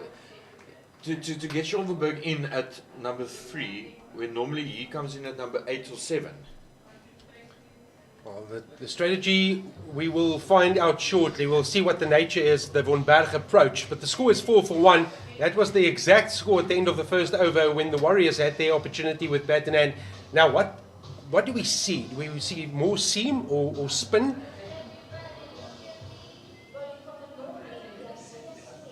It's quite interesting because spin helped the Rocks in their quest to get that run rate low, and it just seems like spin from this end and pace from the All Stables end. Well, CSA T20 has taken 14 wickets this season, so they loaded with a bowling attack that has really dominated, and you can see it if you look at the numbers. All of their bowlers have made merry in this competition. Simetu goes on a bit of a ghost run. A bit of a jog. Gets himself loose. So what will the Von Berg tactic and approach be in this power play? There's long off back. Left arm span. Is that missing leg stump? Yeah, just the angle. You'll probably understand why the umpire was not too interested in that half appeal from the Warriors. But that ball turned. Well, we saw turn from Von Berg, and he'll know as well. I mean, he bowled his 4 over spell, so he'll know exactly what to expect. And especially from this end. Dances down the track, works it into the gap, does Von Berg. It's a good single. 5 on the board now for the Gbets Rocks. 123 is needed. Simetu, 32 years old, born in Cape Town. Interesting to also look at his analysis. Wicketless in his last 2 matches.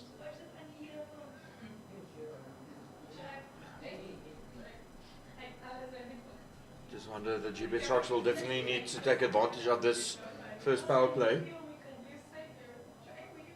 Fortuin gives himself some room. Oh, that was inches away from finding the short third man in the circle.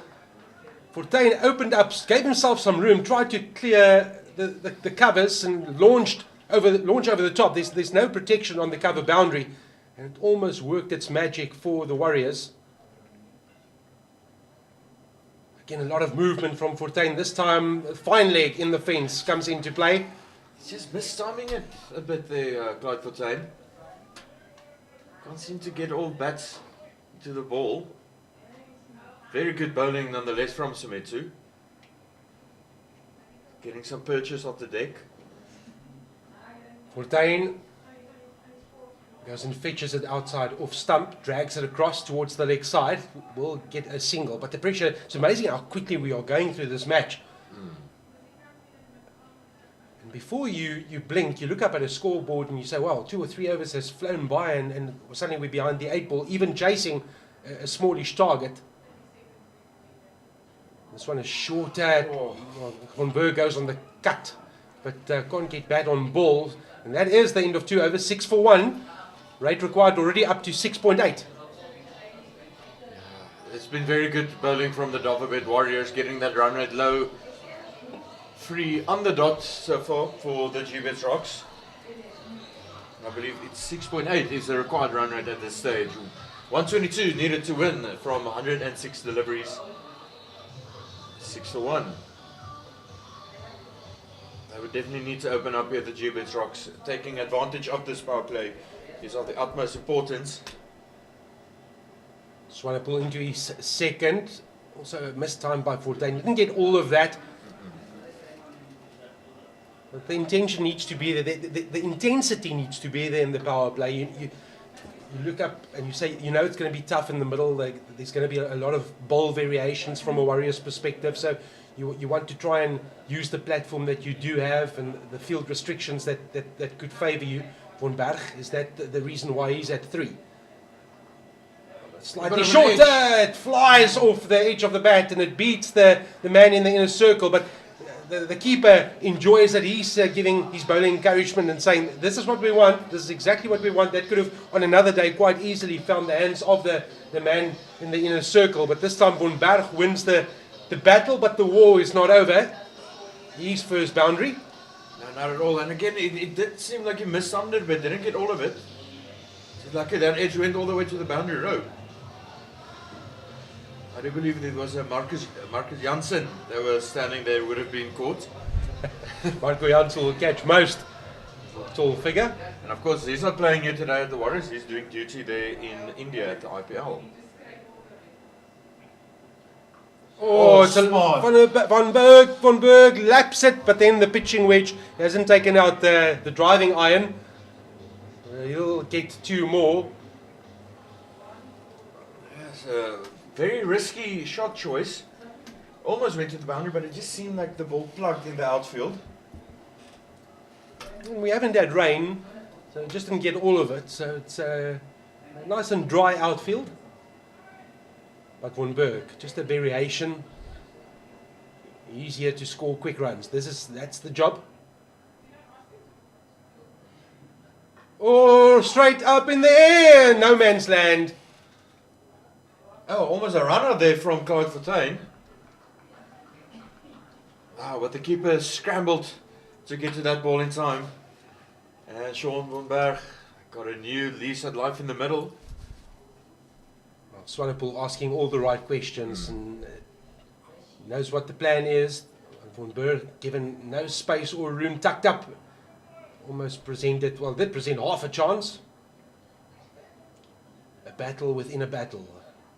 There's a short and it's hit, it's clubbed and it's all the way for 6. Sean Von Berg with the first maximum for the Gbets Rocks in this match. Into the grass embankment here at Boland Park. What an amazing shot. He timed that to perfection. 19 on the board now for the Gbets Rocks.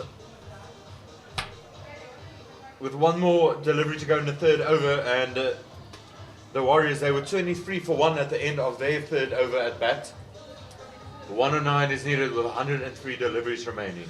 So this has brought a change in field, change in approach. Offside is loaded in the inner circle. They've pushed the 2 fielders allowed to be out of the circle onto the leg side boundary. Swanepoel goes full. Is it straight enough? They're thinking about it. The umpire says no, not out. And then almost, it's a bit of a comedy of errors. Von Berg started running down the pitch, had to turn back quickly and almost a potential run out, but it does bring to a close an eventful over, productive over for the Gbets Rocks with bat in hand, 19 for 1. Von Berg is on 14, Fontaine on 4.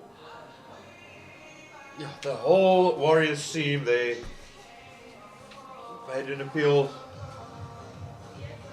19 for 1, but it does look like Sean is a bit hurt. He's walking a bit gingerly. So we need to back into the bowling attack. So I like this variation between pace and spin. Yeah, if the Gbets Rocks are going to get over the line, they need a good solid start. They will have to be mindful of that. They'll need to make the most of the power play, get themselves into a winning position. They would need to win this first power play. A lot of movement again from Fontaine. Von Berg quick to react and calls his partner through for the single. So even with a fruitful power play, we saw how the Warriors were pegged back. They put 45 together in that opening 6 overs. We're halfway through this power play, 20 for 1. Simetu, what does Von Berg do? Von Berg says, I'll launch down the ground, and he'll beat the fielder, and he'll get 4. Another very good shot there from Sean Von Berg. Again, time to perfection, straight down the ground towards the boundary row for 4. And it does seem like the Gbets Rocks are on the way to win this first power play. 24 for 1. So Von Berg won't change his approach. He's here with a license, and at this stage, it's a license to go, and it's working the magic.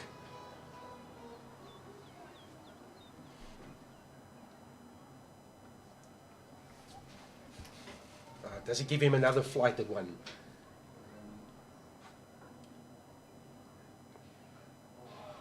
Cut straight down into the deck, and that could have quite easily been chopped onto the stumps. But maybe when it's your day, and maybe it's Von Berg's day. It does seem like it, doesn't it? 1 of 3, needed 99 deliveries remaining, and Sean Von Berg standing on 19 of 12. Again, the movement towards off stump from Fortuin can't beat the fielder. Again, either side, that could have been a boundary, but not to be. So Simetu, they're trying to put some pressure onto Simetu, who's done nicely. 1.4 overs for 8. In that 8, the boundary that we saw from the Von Berg bat in this over. Fortuin, or this time he holds back. Wanted to watch the Fortuin movements. There was a little dance towards off stump once again. So Fortuin is favouring the leg side. There is one man out there. The other boundary runner is at long off.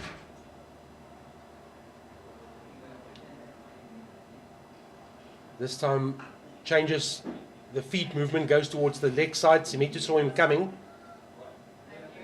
This has got an interesting battle between Simetu and Fortuin.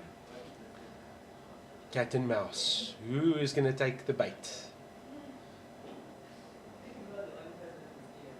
Fortuin, this is what he wanted to do, and it's going to be a 6. Brilliant, another maximum for the Gbets Rocks, and that's the first boundary for Clyde Fortuin.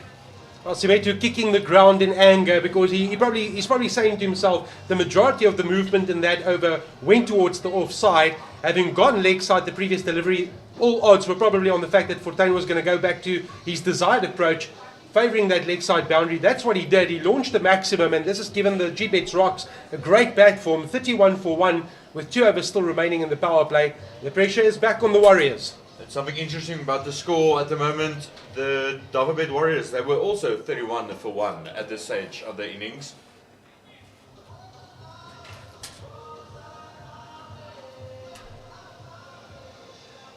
.97 needed, 96 deliveries remaining, and they are ahead of the required run rate. Change in bowling. Alfred Matoa replacing Swanepoel. More seam. Von Berg is fancying himself. If it's pitched up, he's going to go for it. They've got both fielders in the circle, long mid-off and mid-on. Fortuin just coming down the wicket, having a quiet word with Von Berg. Partnership of 30.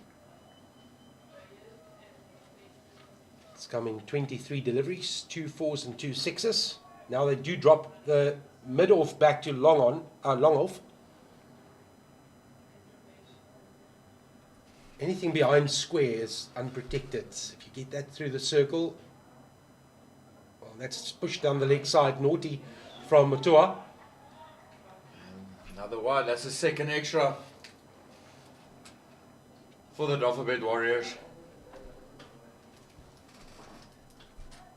That's not going to help them with the run defense. 96 needed with 95 deliveries remaining. Well, in theory, again, it sounds easier. Run a ball, takes you home. Wickets brings pressure. Matoa needs to deliver for the Warriors. Oh, somewhat lucky inside half of the bat. He went on the drive. He wanted to put that ball through the offside field, but it finished towards the square leg umpire. But Von Berg will keep chancing his arm. That's what his job is.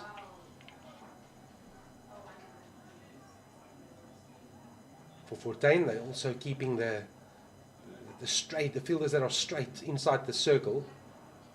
Gives himself some room again, works it towards the onside. Another very good single. Good running from Von Berg and Fortuin.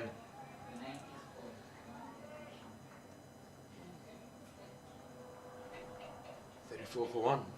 Well, the Warriors also looked comfortable in that power play. You mentioned how close the scores are at this stage. They were so well set after the power play. Then in the middle parts, the Gbets Rocks pulled themselves back with good disciplined bowling. This one is down the leg side again. That's another wide. And then the extra will hurt the Warriors. 3 extras. That's, I believe, 1 more than the Gbets Rocks bowled. Excuse me, 4 extras. When you are defending a small total, every single run is valuable. And now for the first time, the runs needed is less than the balls that remains.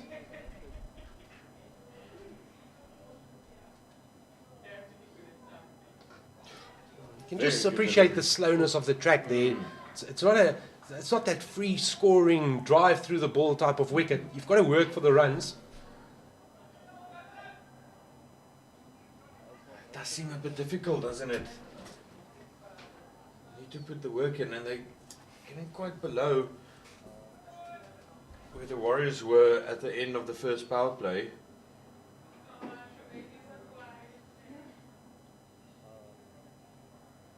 Again, Matoa has lost his line. Very good bowling from him so far. 6 off it, 2 more deliveries remaining. It's the extra balls that you don't need, and having conceded 6, 3 of those are extra deliveries.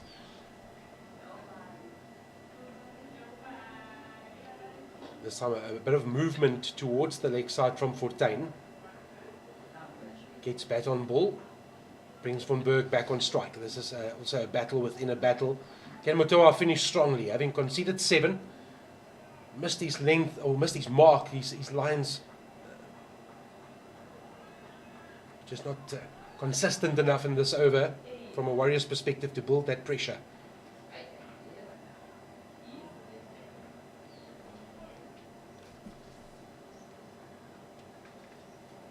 Straight and true!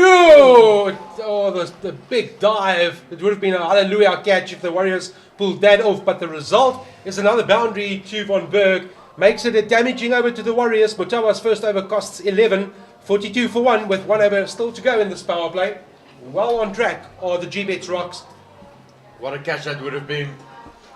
Superman-esque dive there. Just went past him for the boundary, and it's 42 for 1. The Warriors, they were 41 for 1 at this stage.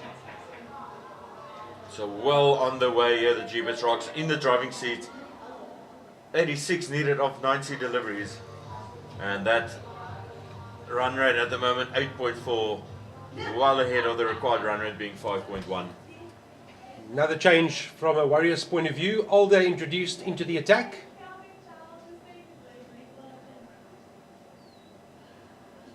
More left arm spin. Launches it down towards the leg side boundary. Has it got enough legs? It seems it has. Did that go the maximum distance? It did. Fortuin helps himself to another 6. He did exactly that in the previous over from this end. That's an unbelievable shot. He timed that so well. Another maximum. And that's 47 run partnership so far. 48 for 1. And as it stands, they're winning this power play. No surprise to see that they've now finally decided to push another man back onto the square leg boundary. It started in, it's quick, it beats keeper as well, and it's going to run away for another boundary. It's buys. It's the 50 that is up for the Gbets Rocks, 52 for 1, and it's come very quickly. The early loss of a wicket, the Toy, who went for a first ball duck. Since then, the repair job has come from Fortuin and Van Berg. 52 for 1 in the final over of the power play. The Gbets Rocks in command of this encounter. Alder under pressure. Fortuin tries to beat the field on the offside, but will pick up a single. It's unbelievable how fast the Gbets Rocks got to their 50. The Warriors, only in the 8th over, they went 50 up. So you can make the argument that the Gbets Rocks are about 2 overs ahead. Flight the delivery. A bit of a misfield by the Warriors, so they're under pressure that they haven't really been under this season, but they're still sitting pretty at the top of the lock, and it doesn't matter what happens in this result from a being at the top perspective, they'll remain just there. But you want to continue with the momentum. Winning is a habit, losing is a habit as well, and for the Gbets Rocks, they might be second from bottom, but this will be a big scalp to take in front of their home fans if they can get across the line. It will build a lot of confidence.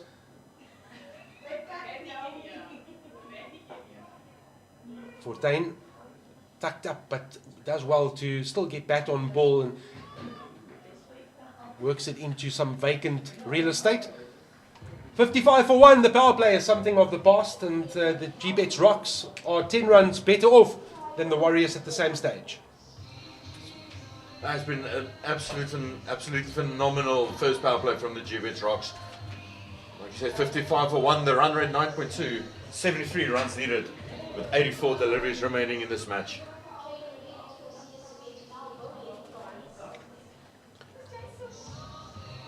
So Semetu will change in. Semetu.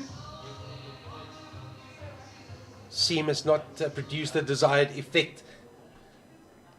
Bar the wicket that was taken early from the bowling of Swanepoel, but now Fortuin has helped himself to 21, Von Berg on 25.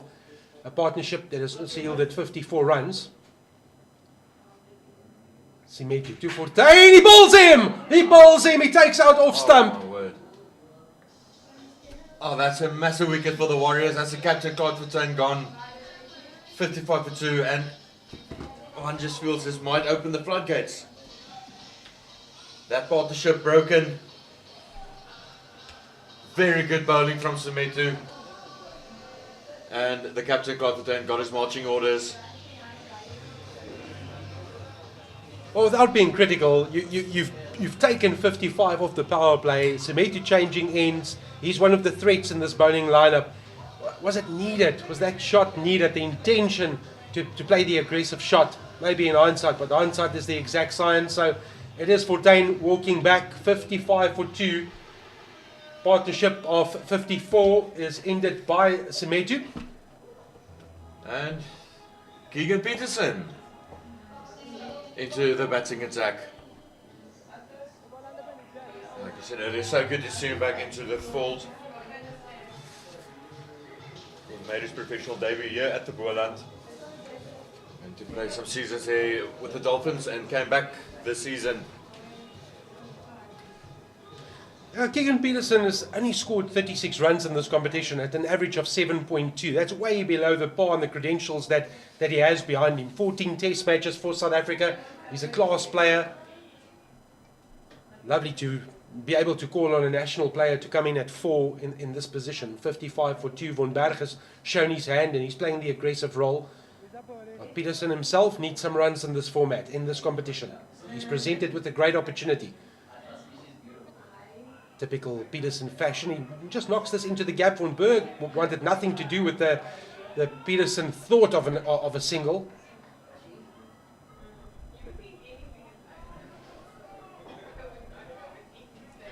Peterson very eager to get off the mark.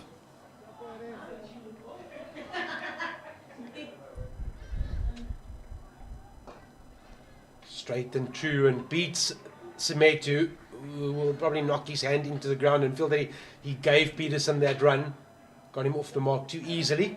But Peterson underway, he's 1, Von Berg is 25. Halfway through Semetu's third over. It'll be interesting to see, do they bowl him out or do they leave one somewhere towards the end of the innings? The Warriors need wickets. They need wickets at regular intervals. Only protecting a target of 128, or trying to protect the target of 128. Von Berg is sort of in all sorts, inside out, beaten by Semetu. It's this rivalry, spinner to spinner. It's a very interesting battle. Much better from Von Berg. Gets behind the line of the ball and helps himself to another single. 57 for 2. Semetu 1 for 16. One ball shy of completing his third over. The target then 128. 71 to get off 79 balls. Peterson new to the crease. Fortuin and Detoy, the opening partnership for the Gbets Rocks, they back in the pavilion. Can't get it away there. We're looking for a single, excuse me. End of the over, 57 with a loss of 2. And very good bowling from Sametu. 2 runs off it, 1 wicket taken. And what a wicket that is. The captain Fortuin. It looks like Aldo will be entrusted with his second over. First one went for 9. So spin from both ends. How does Van Berg change his approach? 26 from 18 balls, 3 4s and 1 6. Does he keep his own foot on the accelerator, or is there a change in approach to say this is exactly where the Warriors lost their way? Hans says a flat bat out to long on. Another quick single. Still ahead of the run rate. Yeah, absolutely. Rate required is less than a run a ball. The rate achieved is just over 8. So they've been good, and they've been in a hurry in that power play. But now, with the field restrictions lifted, there's more gaps, more opportunities to knock it around for a single or 2. Got a bit of an edge there, mistimed it, Keegan Peterson. It just basically illustrates the form that he is in, and he is a quality player. Gives himself some room and then just knocks it over the head of Adler and will get a single. But he'll also need some time in the middle just to settle down. It doesn't matter who you are, time in the middle is always most valuable, and a fresh start to an innings, the approach won't change. Gust of wind. We've had a lot of that recently in Paul. Massive winds last week. Caused a lot of damage to the infrastructure at this venue as well. But the ground staff have to be complimented the way that they've got this ground match ready. Oh, very big gust of wind now. Almost like in Afrikaans a warrelwind.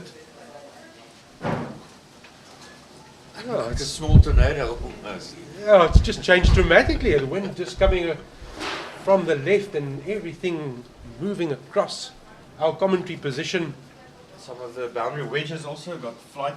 Some of the wedges are going towards the souvenir department, but I'm sure it will be returned. Another single this time, not where you intended to have it, Peterson, but gets the one nonetheless. 61 for 2. Alder 1 ball shy of completing his second over. This one costing 4. It's been better. Van Berg pushes out into the offside. Very good running. Another quick single. 62 is the total after 8 overs. The Warriors, they were 54 for 1 at this stage of their batting innings. So now the question is, does Sametu bowl through and bowl out? The answer is yes. Maybe the Warriors feel if they can get another one, any one of these two, will just create a bit of doubt in the Gbets Rocks change room. But they've done all the right things. They've knocked the ball into the gaps. They've taken the boundaries that's been on offer. They've put some good pressure on the Warriors bowling lineup. 62 for 2 is a good position to be in. But we saw with the Jonker over, his first over, how quickly that changed. Well, my word, that's not. It's a dolly. It's straight back to Sametu. Van Berg gives his wicket away. It's 62 for 3. And Van Berg will take the long walk back to the pavilion. That seemed like commentator's curse there almost. 62 for 3, and that's another very big wicket. Shortenberg, that is absolutely phenomenal for the Gbets Rocks in that first power play. He's gone. And Rocks are 3 wickets down. This is going to play a big role in the run chase. 66 needed with 71 deliveries remaining. Well, it was a nothing shot from Van Berg. It was just a chip back into the bowler's hands, and not knocking him, but just a nothing shot there from a man that's been very aggressive since coming to the crease at number 3. But that changes the scoreboard and you look at the Warriors' effort, you just go back to what happened to them. They were 59 for 1, and that quickly became 84 for 4, 90 for 5. For the Gbets Rocks, they were 55 for 1, suddenly 62 for 3. This is getting interesting. Everywhere, Kojima joining Giga Peterson in the middle, and we've seen this from him, especially in this tournament. You're going to have a knock. Facing his first delivery of the match.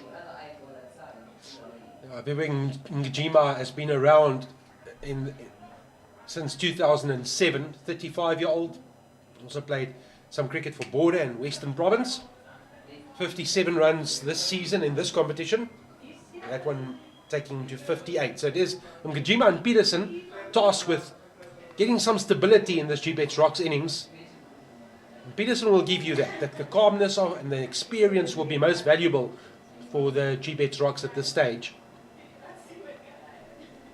Semetu, he's certainly played his part. Pulled the Warriors back into the contest. 3.3 overs, 2 for 18.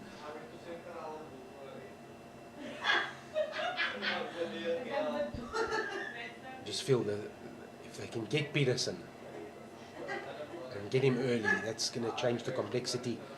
Kojima taps it into vacant territory. Another good single.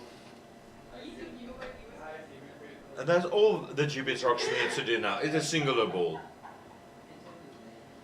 63 needed from 68 deliveries. Absolutely, there's no scoreboard pressure at this stage. It's a run rate that's very achievable, very manageable. Even with what we have seen so far, the pitch responding more favourably to the turners as Peterson changes his bat. It's a flighted delivery and Peterson does go over the top, bounces twice before it reaches the fielder. Worth the risk for Semetu just to flight it up to see what Peterson's approach was and if he would take it on, which he to a degree did. His last ball, Semetu.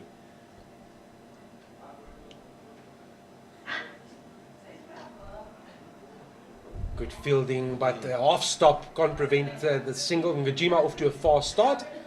So he has 3, Peterson has 5, 67 for 3 after 9 overs. It's also the end of the Semetu spell, 4 overs, 2 for 21. It's been one of the star performers for the Warriors in this competition. And with the additional 2 wickets that he picked up today, he moves his season tally onto 16. And that's only 2 behind Swanepoel, if I'm not mistaken. Yes, Swanepoel is with the one that he picked up earlier on. He's on to 18, so it is Semetu, Michael Pretorius in between the two of them on 15. Alder, he'll start his 3rd. Definitely some turn on offer. Saw that when the Warriors batted. And Alder also getting some turn from this end. Well, now there's a man jogging towards the first slip. Well, that will encourage Alder and just keep the seed of doubt in the mind of the batsman. That's just short.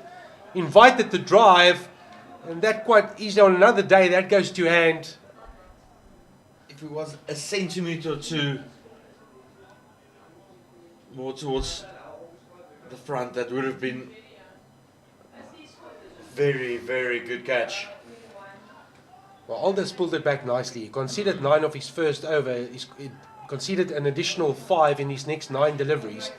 So the pressure, just feel it's building. It doesn't need to be in that category. There's no pressure yet from a scoreboard perspective on the Gbets Rocks.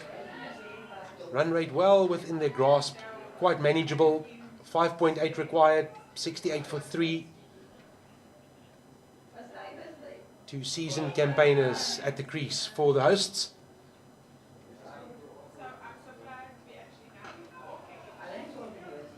No run to be out there. Another very good delivery from Alder. A lot of discussion taking place. There's maybe saying no need to panic. 5.9 to the over required. It's well within our reach. Wickets in hand. We don't want to give it away. Flighted delivery.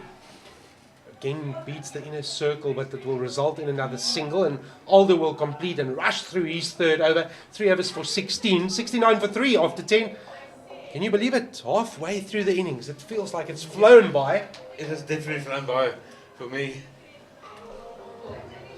They're very fast with the over rates, both sides.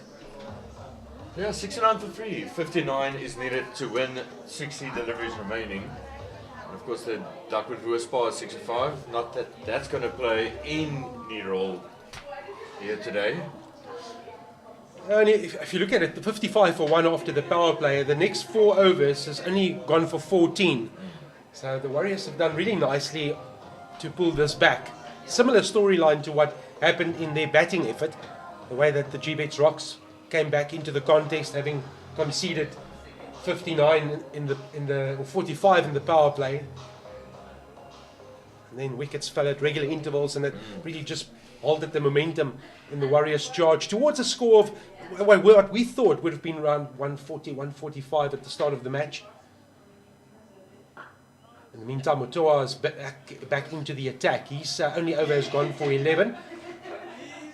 He's going to Peterson on 6, and Gajima is 4. Partnership of 7. This power play and the bowling from the Warriors really very helpful for them, getting that run rate low. 6.8 is the achieved run rate, and 6 is required. Much straighter from Motoa, and Peterson just uses his wrists. 70 up for the Gbets Rocks. It's been very good bowling this past 4 overs from the Warriors. So we've seen Swanepoel, Motoa, Alder and Simetu. Simetu is bowled through.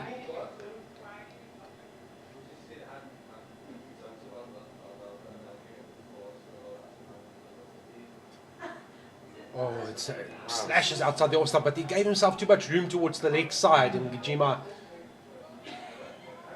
missed everything.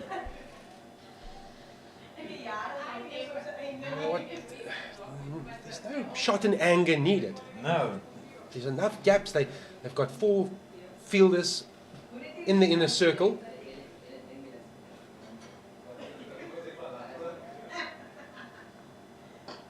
Does he field the... Oh, he's dropped him. It would have still been a great catch had he held on to that. But Ngajima, he's feeling the pressure that doesn't really exist, and he's gone for a big slash outside off stump, which he missed. Now another big shot to try and go over the top.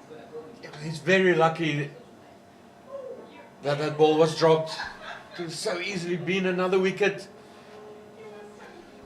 It is very strange the way Ngajima is batting so aggressively. Oh, there's just the calmness of Peterson, the experience of Peterson. He'll turn this into a 2. Very good running. Excellent batting. Very good from Keegan Peterson. 73 for the Rocks. 1 more delivery remaining. Maybe for Peterson just to have a word now after this over.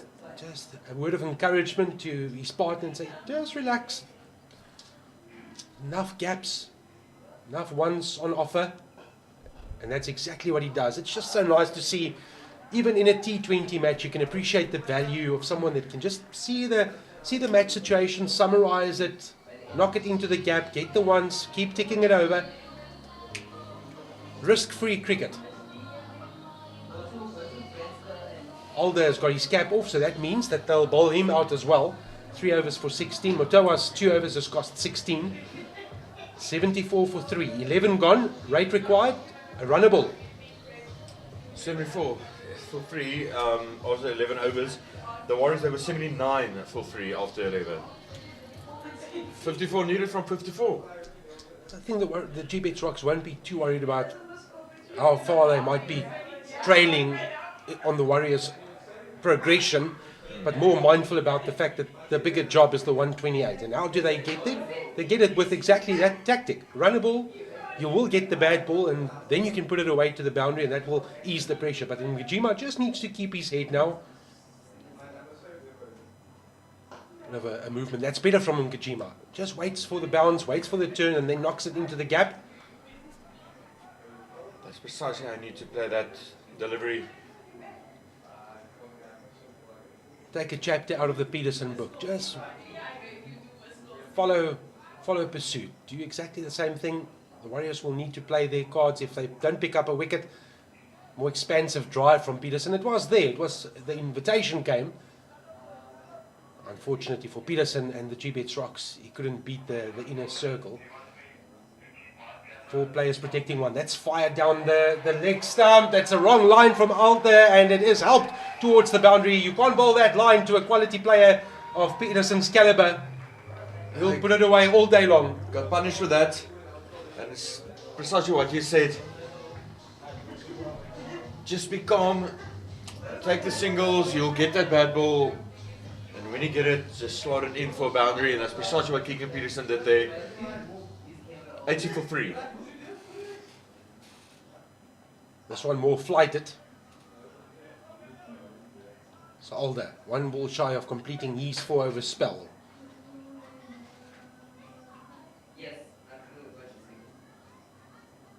Slightly short. Again knocked into the gap. Does it beat the fielder? Does. It's got enough wheels on it. It's brilliant batting by Peterson. Very good from him. Great timing. Into that gap towards the boundary rope. End of the 12th over, 84 for 3. You can't put a value on experience, and that is what Peterson has brought to the crease. 19 of 19 balls, and that fruitful over has brought the required run rate down to 5.5. So very achievable. The wickets column, that's all that matters now for the Gbets Rocks and the partnership. Every over that ticks by is an over that they get closer. All this 4 overs going for 26. And what's very interesting at this stage is the Warriors were 83 for 3, because the Rocks 84 for 3. So it's still very much the same. Yeah, and while you talk about that, this is where it changed as well. A little mini collapse, 84 for 4 and 90 for 5 is where the Warriors found themselves. 84 for 3. You don't want to be another wicket down now as Ronaldo Meyer is introduced into the attack. That's good batting by Ngajima. This would be the chat, I'm sure, from a Peterson perspective. That's the senior man at the crease. Wait for the bad ball, then put it away. Don't force the good ball and try and make it a bad ball. Just appreciate what the Warriors will bring. They will bowl some excellent deliveries, but they will give you half a chance, and that's where you need to make the most out of what is offered onto your plate. 1 man protecting a single on the leg side boundary for Peterson. 3 on the offside. They've got mid-off in the circle. Peterson goes the aerial route. There's no one out there. It's too short from Meyer. It's helped on its way. It's 6. Oh, brilliant shot from Keegan Peterson. Another maximum. 91 for 3 for the Gbets Rocks. Just loved the position that he got himself into. He identified the length early. Still at the crease, knew where the gap was, and put it exactly there. Yeah, he's such a talent, isn't he? Such a talented batter. 37 now needed from 46 deliveries, and definitely front foot.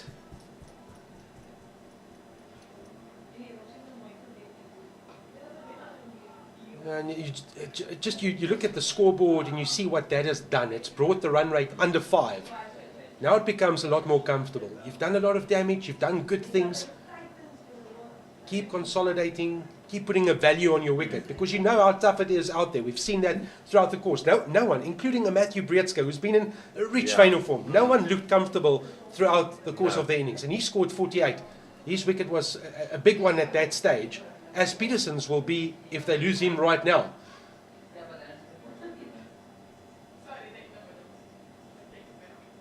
Oh, what wonderful batting by Peterson. Knocks it down, gets the single, and Ngajima responded quickly.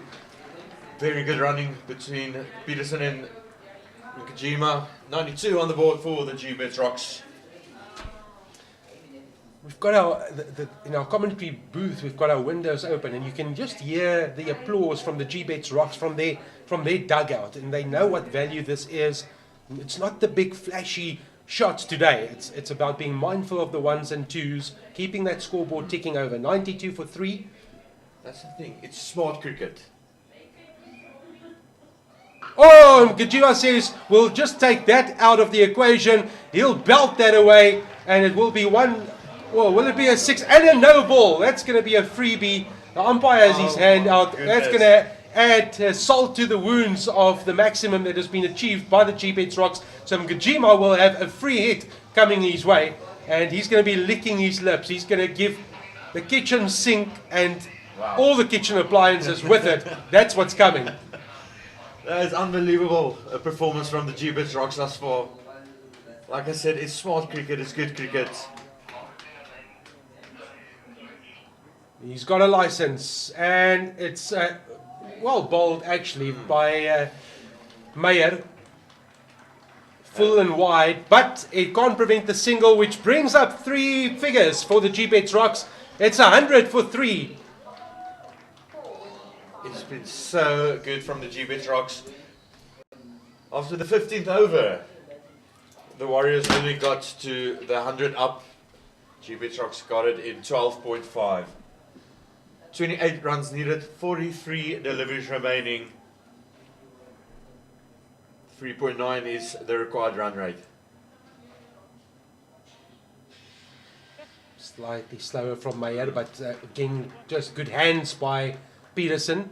Will just tuck it towards the third man boundary for another single. It's been an expensive over. Meyer has gone for 17, and that has kept the Gbets Rocks not only on course, but well ahead of the required run rate. That has plummeted down to 3.9.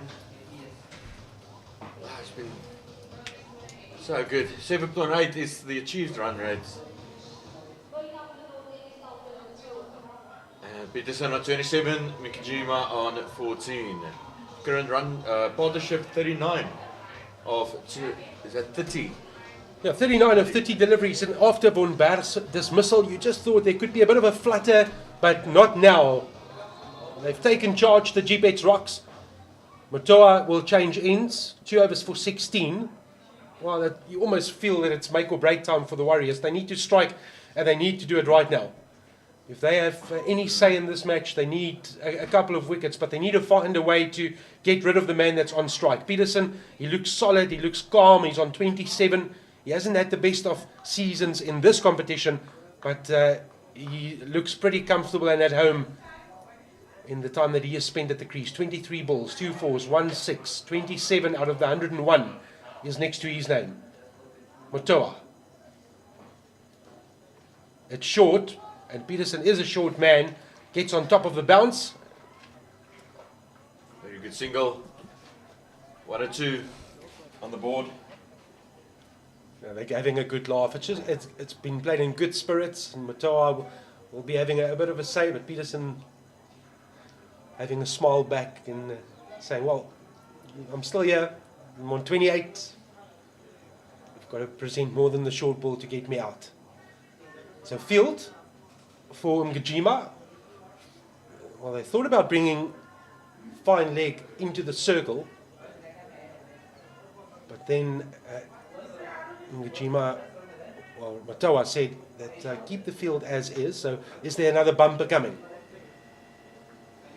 It's not a bumper, but it's pulled across the line by Ngajima.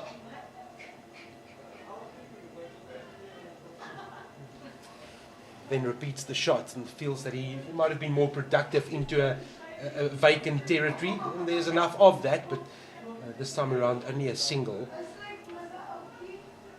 The value of a good partnership at this stage for the Warriors, they're just too inconsistent. They can't prevent what has been a fruitful partnership of 41. Can't find a way to stem the tide, and Peterson will think about 2, but it is cut off by the boundary runner. So another single. It's coming too easily. So how do you change from a Warriors perspective? How do you prevent, how do you build some pressure? The thing, it just looks like this partnership is very comfortable in the middle. What do you do to break this up at the moment?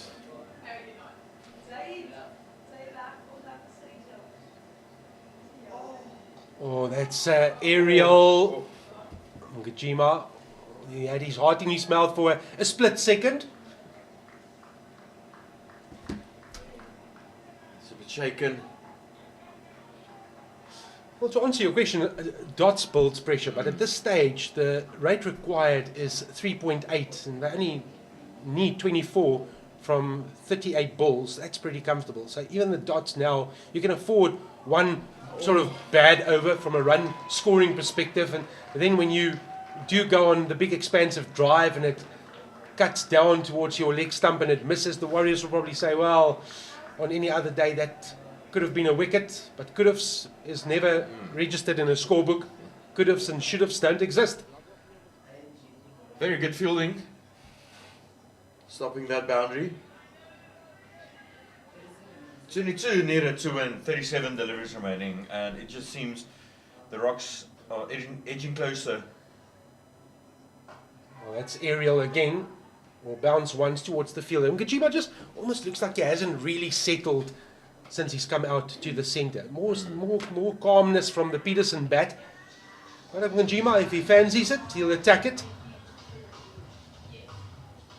But they are so well placed. 21 from 36 balls. You can't see any other winner but the Gbets Rocks. It will take a miraculous effort from the Warriors to get themselves back into the contest. There's enough cricket left, and we've seen funny things in cricket. It is a funny old sport. It's never a given. But it's going to be very tough to see how they're going to defend 21 runs in 36 balls with 7 wickets still remaining. Well, you bring back your ace, that's what you do. And Swanepoel has ball in hand, leading wicket taker not only for the Warriors, but in the competition as well. And of course, taking that wicket early on in the innings of Adrian de Tooy. So it's definitely a force to be reckoned with. He'll bowl to Ngajima, who has 18. Peterson on 29. Partnership of 45 from 36 balls. Swanepoel's return 2 overs, 1 for 16. Oh, and he goes over the top with the man in a circle, and it will be a couple of bounces over the ropes. So Ngajima says if it's up, it's going. Oh, magnificent. Another boundary. 111 for 3. 17 needed now to win. And I think if we had a win predicting graphic, it would have said 90% at Gbets Rocks. Yeah, the win predictor would be leaning heavily towards the Gbets Rocks. It's short, it's pulled out towards the man that's protecting the boundary. Well, Ngajima has certainly played his part in this partnership that does reach 50. So another appreciation and clap of hands from the spectators that have come in on this lovely Sunday afternoon, bar the whirlwind that we had for a brief moment. That's thankfully also disappeared. So 50 or 38 balls, 3 fours and 2 sixes part of this partnership. And that's put the Gbets Rocks into not only a winning position, but a position of ease. It's short again. Peterson pulls. Has he cleared the fielder? Only just over the head. Very good. Very lucky. Just a single there. And just to clarify, a bonus point win is within 16 overs, I believe. Yes, it is. So that's something that Peterson and Ngajima is very mindful of. A bonus point win will be very important for the Gbets Rocks at the moment. Of course, standing at the moment on 11 points on the table. Oh, that's another bumper and called wide. It's above the head.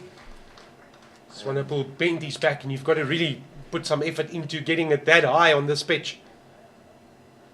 But yes, to your point, they will be mindful of that. They'll still remain second from bottom, but it will do a lot for the change room, a lot for the confidence, a lot for this core group of players. Definitely, and especially with the next match here on Wednesday being the Tuskers. I want to go into that match with good spirits. Another single, 115 for 3, so that means 13 runs is needed to win. Yeah, I think from a confidence perspective in the rest of this competition and its round robin phase, the time in the middle is most valuable, and I think having these two have that opportunity will be good for the Gbets Rocks. Sean von Berg as well also played his part, not only with the ball but with the bat as well. textbook from Peterson.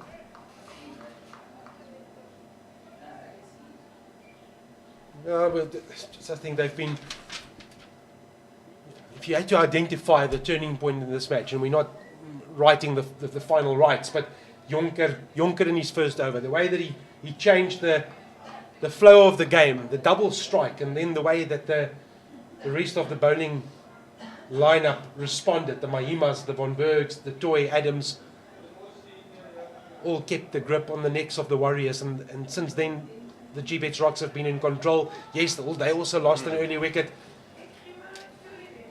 but they've just been better, they've executed better, and they've had a good outing in front of their home fans. 116 for 3 at the end of that over, so the return of Swanepoel brings no results from a wickets perspective, and that run rate required now says 2.4. They've maintained a rate of 7.7, 15 overs gone. You mentioned that bonus point territory. That means they need to take 12 of this over to secure that bonus point. That's going to be so important going into the Tuskers game here on Wednesday.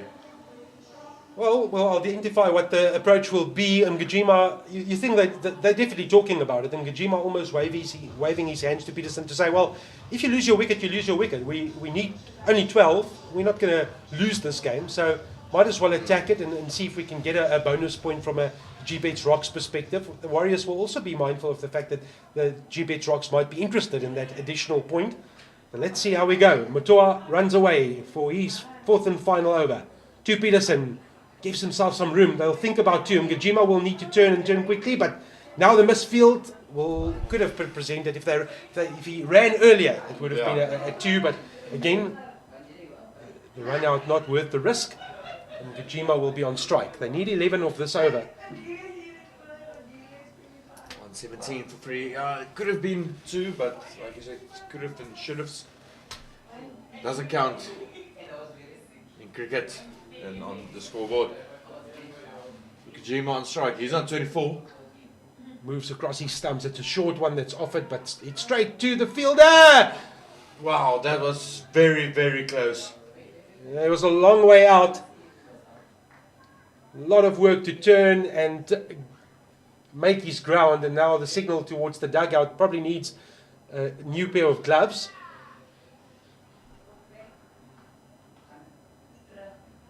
Well, there will be a change in the toolbox of Gajima. Gets another set of clean gloves.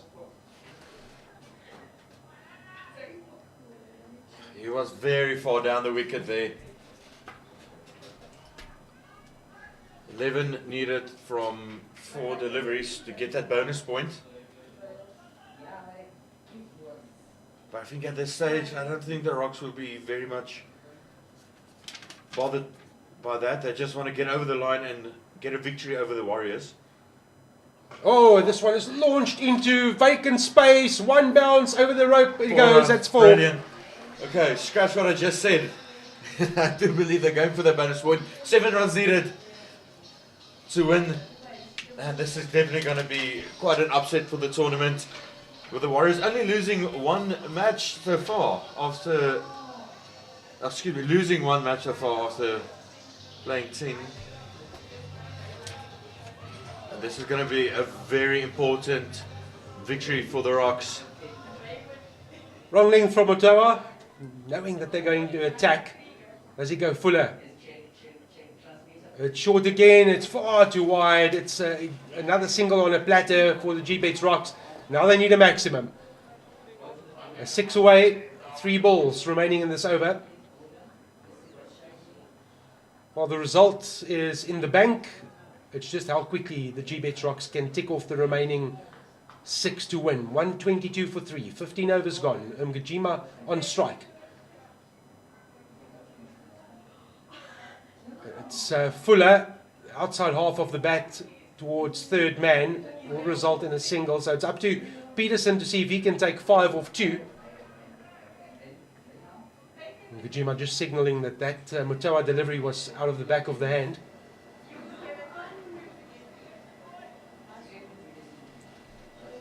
partnership of 61. That's put the Gbets Rocks in this winning position. It's come off 48 deliveries. Peterson has been the mainstay, and he's brought the calmness as there's a bit of a conference meeting in the Warriors camp, purely to try and protect 5.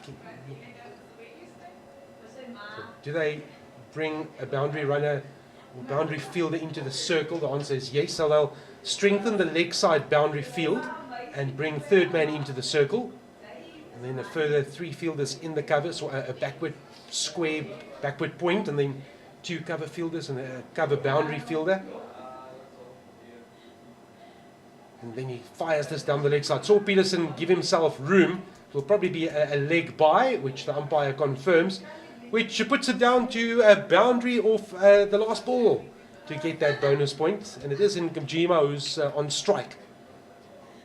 It's been absolutely phenomenal from the Gbets Rocks. This is the way they can play. Unfortunately, I haven't seen a lot of this in the tournament so far. But they do have the potential, especially to get a victory over table toppers, Dafabet Warriors. So for Njima and for this final delivery, fine leg is coming to the circle, long off and long on back. He goes for the boundary and he'll find the fielder. It was worth the risk from Njima. He said, no matter what's going to happen here, I'm going to go for it, which he did, but brings to a close, or brings to an end his innings, but he will take some applause.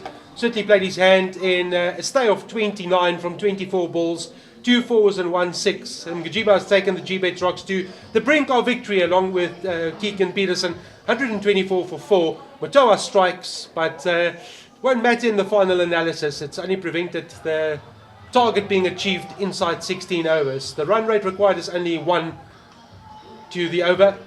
Frisco Adams walks out to the centre, having picked up the final wicket to fall in the Warriors innings, and now hopefully he can maybe even score the final runs that's required that will cap a memorable day from a personal perspective in his 100th T20 match. Imagine that. In your 100th match, you get a wicket and you score the winning runs.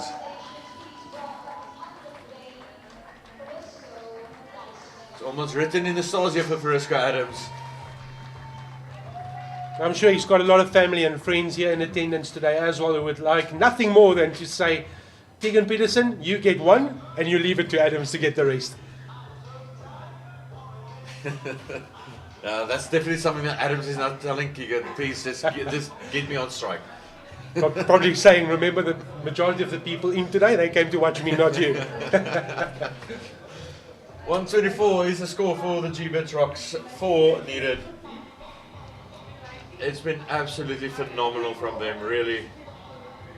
They were very determined to get a victory here at Boland Park. So Swanepoel will bowl out.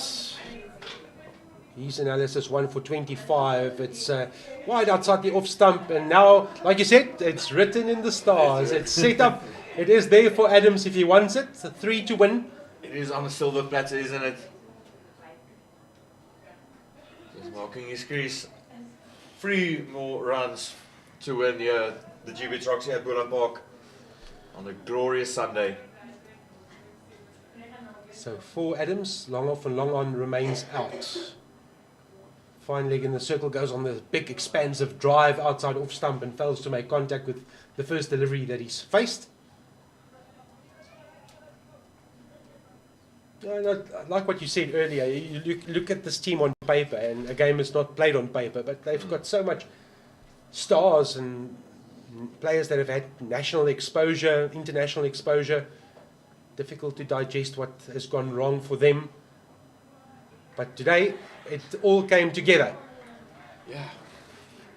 And I do also believe it due in part to Clyde Fontaine and his bowling choices and when he brought those changes in. Yeah, probably go back to the toss and you say it was a good toss to win. The right decision to bowl in hindsight, even after a good power play that Warriors had that put 45 together. That's a scoop shot. That's just straight into the hands of the fielder. Peterson said, with third man up, I'm going to try and work it over the top for the winning runs. And what he has managed to do is just scoop it up into the air, into the cover region, and he's on his way back to the pavilion. But not after he has contributed 33. And Peterson will feel that it was good time spent out in the middle, and he has certainly played his part in taking the Gbets Rocks over the line. Cheap way to get dismissed. He would have also prided himself to be there at the end, but not today. 33 from 32 deliveries, 2 4s and 1 6 in his innings.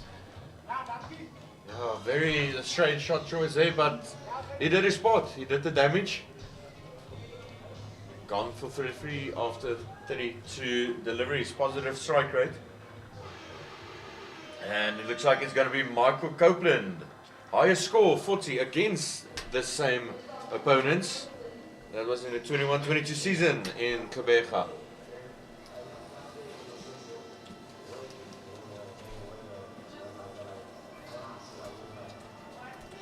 Two more deliveries remaining, and that's over 2 more runs needed to win. Now Michael Copeland walks to the crease with 106 runs to his name this season. 22-year-old from Port Shepstone in KwaZulu-Natal.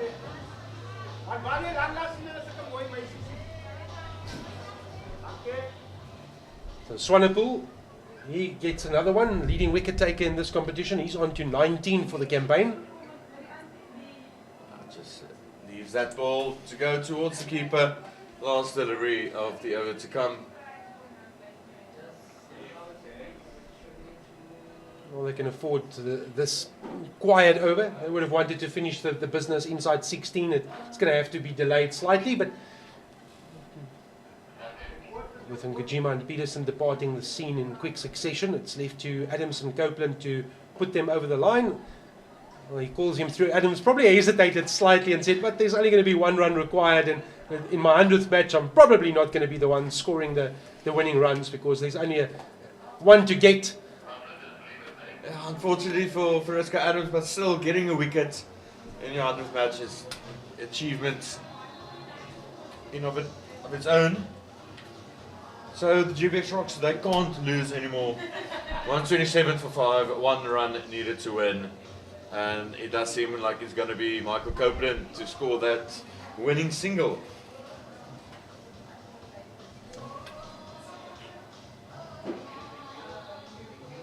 So Matewa has bowled out, Swanepoel has bowled out. Change is needed for the Warriors.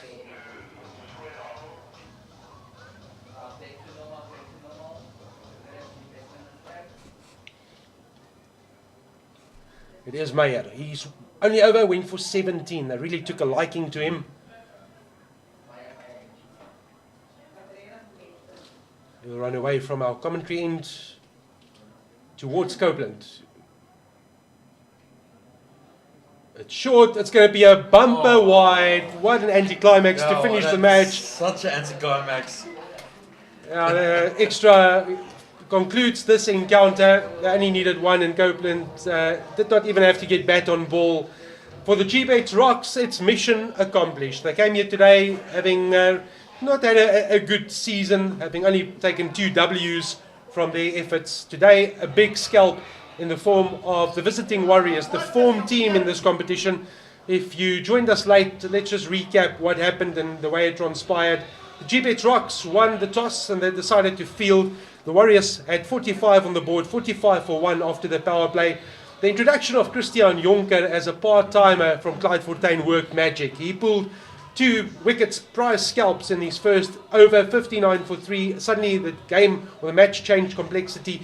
Matthew Breetzke's 48 was the mainstay of the innings, but once he departed with the score on 84, the likes of Mahima, Von Berg, De Tooy and Adams kept the foot on the accelerator from a bowling perspective and made sure that the Rocks' target was always within reach. They needed to get their highest score on home soil this season. They lost De Tooy very quickly. It was 1 for 1 Fortuin went with the score on 55, but it was Fortuin and Keegan Peterson and also Ngijima who played their part. Von Berg also taking nothing away from his contribution. He came in at 3, played aggressively, made sure that the Gbets Rocks stayed ahead of the required run rate. When he went out, Ngijima joined the party. Peterson and Ngijima calm and cool and collected at the crease. Ngijima had his moments where he offered a couple of chances, but it was never in doubt once they put a fruitful partnership together. 128 for 5 in the 18th over on the scorecard. It will be an attractive victory for the Gbets Rocks. The Warriors will stay at the top of the log. The Gbets Rocks will remain second from bottom, but there will be a bit of momentum and belief in the Gbets Rocks camp. For the Warriors, they haven't seen too many defeats this season, only their second of the season, but they will remain at the top, and they'll see it as a blemish on their path to greater things, but they can regroup and get back and look at where it went wrong today, and they are a class outfit, and you can bet your bottom dollar that they will be back and that they will be better next time around. It was great having you along in Paul this afternoon. Thank you for enjoying out with us this CSA T20 Challenge match. But the Gbets Rocks will walk away with a victory in front of their home fans in Frisco Adams' 100th T20 appearance. We look forward to your company next time around. From myself and Durant Goosen, we say goodbye, good afternoon, and we'll see you again.